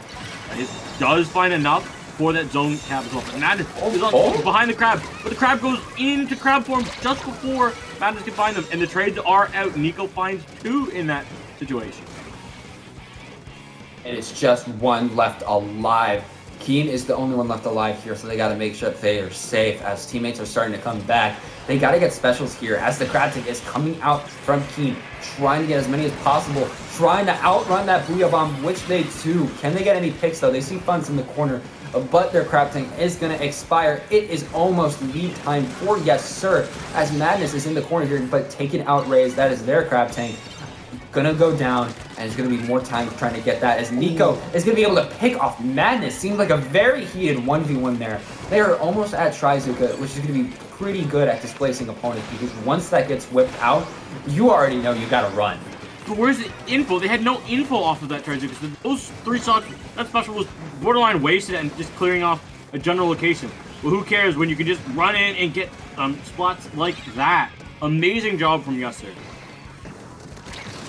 Yes, they're doing a really good job of getting in there. They're trying to shred this penalty using the Booyah Bomb, trying to cut off anybody who's trying to run in. They see one, they're trying to pick them off, but can they get the pick there? Yes, they can. Gets Max out. Rise trying to push in here. They got lead now, so Yessir is sitting at a pretty spot. But Madness is coming in with that crab tank. Fun's trying to fight it, but Max is coming out to support their friend here. But not before Max gets picked off by that Trizuka. Madness trying to go for Nico there, picks him off. 2 down on the side of Yessir. Yessir has lead though, really good for them as Machine is going for that. Oh my! Ooh! Omega just clapped them with a horizontal there as they are taking that left stack and trying to build more missiles. I see you, Omega. I see you, knowing that even though it's just the weapon is just a missile slammer, just being able to go in. As Max is going all the way in the spawn, tries to find Typho as well. It's not going. They're going to be able to get the trade, but Keen is ready. Keen is there. The lead should be very close to swapping inside of OREOS. Yessir needs to find a way in here. They are able to get the lead on the side of OREOS, but they've lost so many members. Wait, Keen goes in. Keen gets 2. Oh, that might be really good, but it's only the Flings. It's only Omega left alive here as Rise is looking at jumps, being able to take off Max. But one of their members is going to go down too. Madness going to go down to Rise too. Rise and Nico in the corner, but Nico is going to go down. Rise is going to go in the corner. Going to get Key. Can they get Omega? No, they can't. Omega clutched that. Omega was the only member of OREOS. So that zone was not capped in the side of Yessir. This game is over because Omega stayed alive. Wait, not just yet. No, Right, now now it's over. Now it is. But as you saw there, Omega literally clutched for their team, being able to get the horizontal flick on that splash as they were just going crazy on the other members, watching for jumps, making sure they could get flanks. But in the end, Omega was the one to be able to clutch it for OREOS to get that second game. There's the tag that you get at the end of the game. It says Zone 0. Omega deserves it, and that's like actual, like factual thing. The Was the zone ability to hero. stay alive, keep the zone neutral, not get splatted, by the way, in this entire thing. Keep the zone neutral, get your super jumps in. Yes, one of them fell. Being able to trade it out, get 2 from that, keeping the splats alive. Being able to go off of like the trades that had happened earlier as well. But there was a good 15 seconds where it was just Omega alive in that zone. And they kept it neutral. They were I've able to never keep seen it that. neutral. That was insane coming out from them. But of course, we're going to our third match here, which they're actually opting to go to Eeltail Alley. Majority, you can hit minus and go back. Oh, did they? We were about to put somebody on spectator. That would be bad. I thought for a second it was not supposed to be Eeltail, but yes, it is. This is going to be a very push-heavy map as how linear it is. Yeah, that's this map is such a big zone. Such a big zone. I kind of like it. It adds an extra little layer to the game, so not every mode feels the exact same. But I don't know. I'm very interested. I'm very interested to see what Yessir is coming up with. I know they did well on this map last time, but they're not playing against a heavy this time. They're playing against a flame sniper. Yeah, no, they're playing against a missile spammer here. Of course, in my opinion, this would be the perfect, like, this would be a really good zones map, if not for just the amount of stuff they have in the zone. Just makes it really clunky. But, you know, sometimes it can prove to be useful. So there is some merit to it. But either way, we're just going to have to see what both teams are going to be whipping out here. Here we go. We'll see what's gonna go on. Madness is just waiting a long time to see what they're gonna pick. Going to the game plan. What is he cooking? What is he cooking? Let him cook. Let him cook. Yeah, let him go. Let him cook. Of course, this might be match point for OREOS, but we're gonna have to wait and see here. The Tetras coming out from Madness here. Let them cook. Let them cook. Yeah, Cooked up a big juicy reef slider into the enemy base. Yeah, of course, you're seeing a bunch of quick respawn on Tetras too. The Tetras job here is just, they want to feed. They want to see what they can cook here. They want to see, can I get that pick? Not sure, but I'm going to get picked off, and my special isn't really one we want to have all the time, you know. It's fine if it's not on the map. I was going to say, it's fine if you have 0 resliders at the end of the game, as long as you have a lot of assists and get a lot of respawns and cause a lot of distractions. Because that was enough distractions on the side of OREOS to make Yessir just kind of fall over. And now the jumps are being punished. Oh no, OREOS, they lost a lot of members. They're losing a lot of members really quickly here. Not looking good as Max is going to go down too. Double Booyah Bomb coming out. They don't want Keen left alive, but he's going to be alive. Not getting the pick on them. But of course, Tetras were already down. Going to come back in. They're just trying to fight through mid here as Madness is going in here with the Tetras. Gets 1. Can they get 2? No, they can't. Nico is going to get off scot-free, but not before the rest are going to come up as they were the only ones left alive. And that is going to be GG's for them as OREOS is going to take back that zone and make sure they can keep up that pressure. Triple ink strike coming out from Max, trying to see if they can get any picks. Typhlo's going to go down to Madness. Madness going in, gets Nico. Can they get anybody else? Trying to see here. They see Raze, they see Funds, but can they get the pick? Yes, they can. They get on Raze. That is really good. Oh my God. The wrist breaker, the absolute wrist breaker. But Typho says, no, I don't avenge my teammate. Double Booyah Bomb coming out, trying to get the zone, but the zone is so massive, it won't even neutralize it. It's going to take a lot more than that. Takes the Trizuka as well. Max does fall to the Trizuka. Missiles are out for OREOS. A lot of chaos has been ensued. Omega trying to live on zone, but does fall. Keen also falls. It's just going to be Madness. And what can Madness do? Nothing. Yeah, no, not much Madness to do there, and except trying to see what possibilities can happen as pretty much a delayed wipe on OREOS as they got to push back in as Yessir's penalty has just expired, but they have a long way to go, but not before taking off Max One of the machines is going to go down. There goes Typhlo as the Reef Slider is going to go out. Can they get any picks? No. Not looking like a good spot, but is able to get funds with health of their teammate here. And they're trying to push into the zone here, trying to see if they can get any picks. 2 down on the side of Yessir. Zone is going to go back in their favor, and a trade with Raze is going to secure the zone take for OREOS here. Wow, this is looking a little bit dangerous for Yessir at the moment. They are not able to really, they can get in the zone, but they kind of lose it after a little bit of time. And with all this madness and all this chaos, really just madness going chaos mode with those Tetras, they need to be able to take either Tetras out fast or just completely ignore them. You can't ignore madness. It's so difficult. Yeah, no, Madness is just always trying to be in your face, so that's going to be really hard. Ooh, really able to live for the triple ink strike, but double Booyah Bomb going to come out. Can they paint the zone here? Yes, they can. Madness is going to go down, 2 down. It is just Omega and another here, as Omega is able to take down 2 with the Flingza, getting that jump from Madness to come in, trying to see if Madness can get anything else here, as they're the only ones left alive, so they got to make sure they can get as many picks as possible, or at least just try something here. But nah, not really much there, as Rise is going to take them down. As you see here, Yessir is almost down with their penalty. They have really good control. OREOS has to secure back in, as 1 down on either side, getting down into the 30s. Both of the machines are gone though. This is really good for OREOS here, as they can easily push back in. Crab Tank on the top, Keen trying to get the picks. Typhlo is alone here, but gets the pick on Omega, but not before getting picked off themselves. Max and Madness are opting to push up. Relatively early triple strike, but Rise is in the corner, not sure what to do, as Madness is going to pick him off relatively easy. Madness just going in there, so close to a pick on Typhlo, but not enough. But their teammate is... Yeah, no, Keen is right there saying good morning. Yo, Keen says hello! Keen says good morning! Yeah, no, Keen is saying good morning, tell me to wake up. And no, Madness back in there, getting a pick. It is so close. The zone!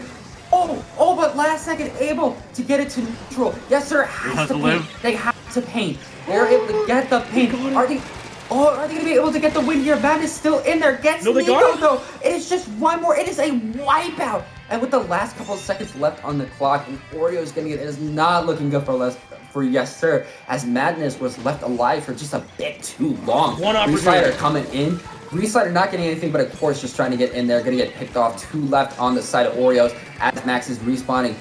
10 missiles trying to displace the opponents. They gotta paint that zone. They gotta paint that zone, or else it's gonna be GG's, and that is it. And OREOS is your Triton Cup 190 Golden Cup champions. Congratulations, OREOS. They get the gold send-out NFT. They get the awesome and exclusive club badge. Amazing job, and congratulations. And a team winning an EU tournament, almost like it's Thanksgiving weekend. Yeah, no, that's crazy.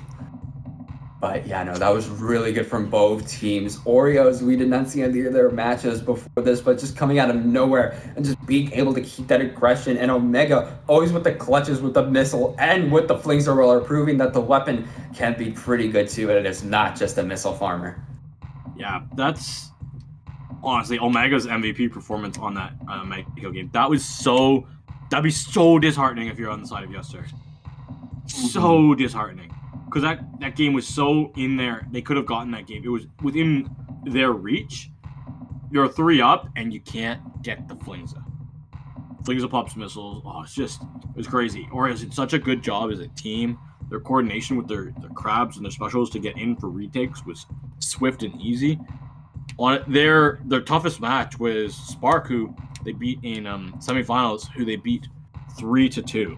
Everything else on the single elimination side, they did not drop a game. But honestly, congratulations to all the teams that played today. Yeah, every team that we saw here today just did an outstanding job. Just congrats to all of them there. But with that being said, that is going to be the end for this golden paddling pool. Really good job from all the teams. Really nice gameplay. And I was so happy to watch all of it, and of course, casting with both Asect and you, Genie. But of course, where can people find you at, Genie? People can find me at Genie7 on Twitter and Twitch, at GEENIE7 _ on Twitter, no underscore on Twitch. I'm making a lot more content in the holiday season when school's done, but right now you can just find me commentating pretty much every event that I see. I've got an event later today, and I've got a big event, which you guys will love to see on the weekend on a different channel on Saturday. But yeah, keep updated with my Twitter on that. And while I pull up the Dapple calendar, where can the lovely people find you, NM? Of course, people could find me on Twitch and Twitter at Ninstar123. As was briefly mentioned earlier in this stream, I do have a tactical doc that I did take some time writing. I have it uploaded on my Twitter account if you want to take a look at that. I'm planning to revise it once we get a good understanding of the chill season weapons and maps and where that is going from the meta. Gonna maybe edit that, and I want to make it into a video, but of course with the chill season coming up, I'm waiting on that revised doc for me to make it into a video. Yes, and as we are headed into the later half of the month, we only have 2 more tournaments coming up for you on Dapple here. In 2 days, Friday, same time, same place here on Dapple, we will be having you another Zones Only tournament, Triton Cup. Not a gold paddling pool, but the following Wednesday, same place, same time next week, we will have paddling pool. Just a good old regular paddling pool, 191. But with that, we got to thank ASEC for joining us in the first half. NM, thank you for joining me so I didn't do a football style commentary. Slow and boring pace for the second half here. Thanks for chatting out on that. Thank you to the TOs, and thank you, big shout out to Majora, as always, being an amazing streamer. But with that, we will see you all on Friday. Good night. Have a good one.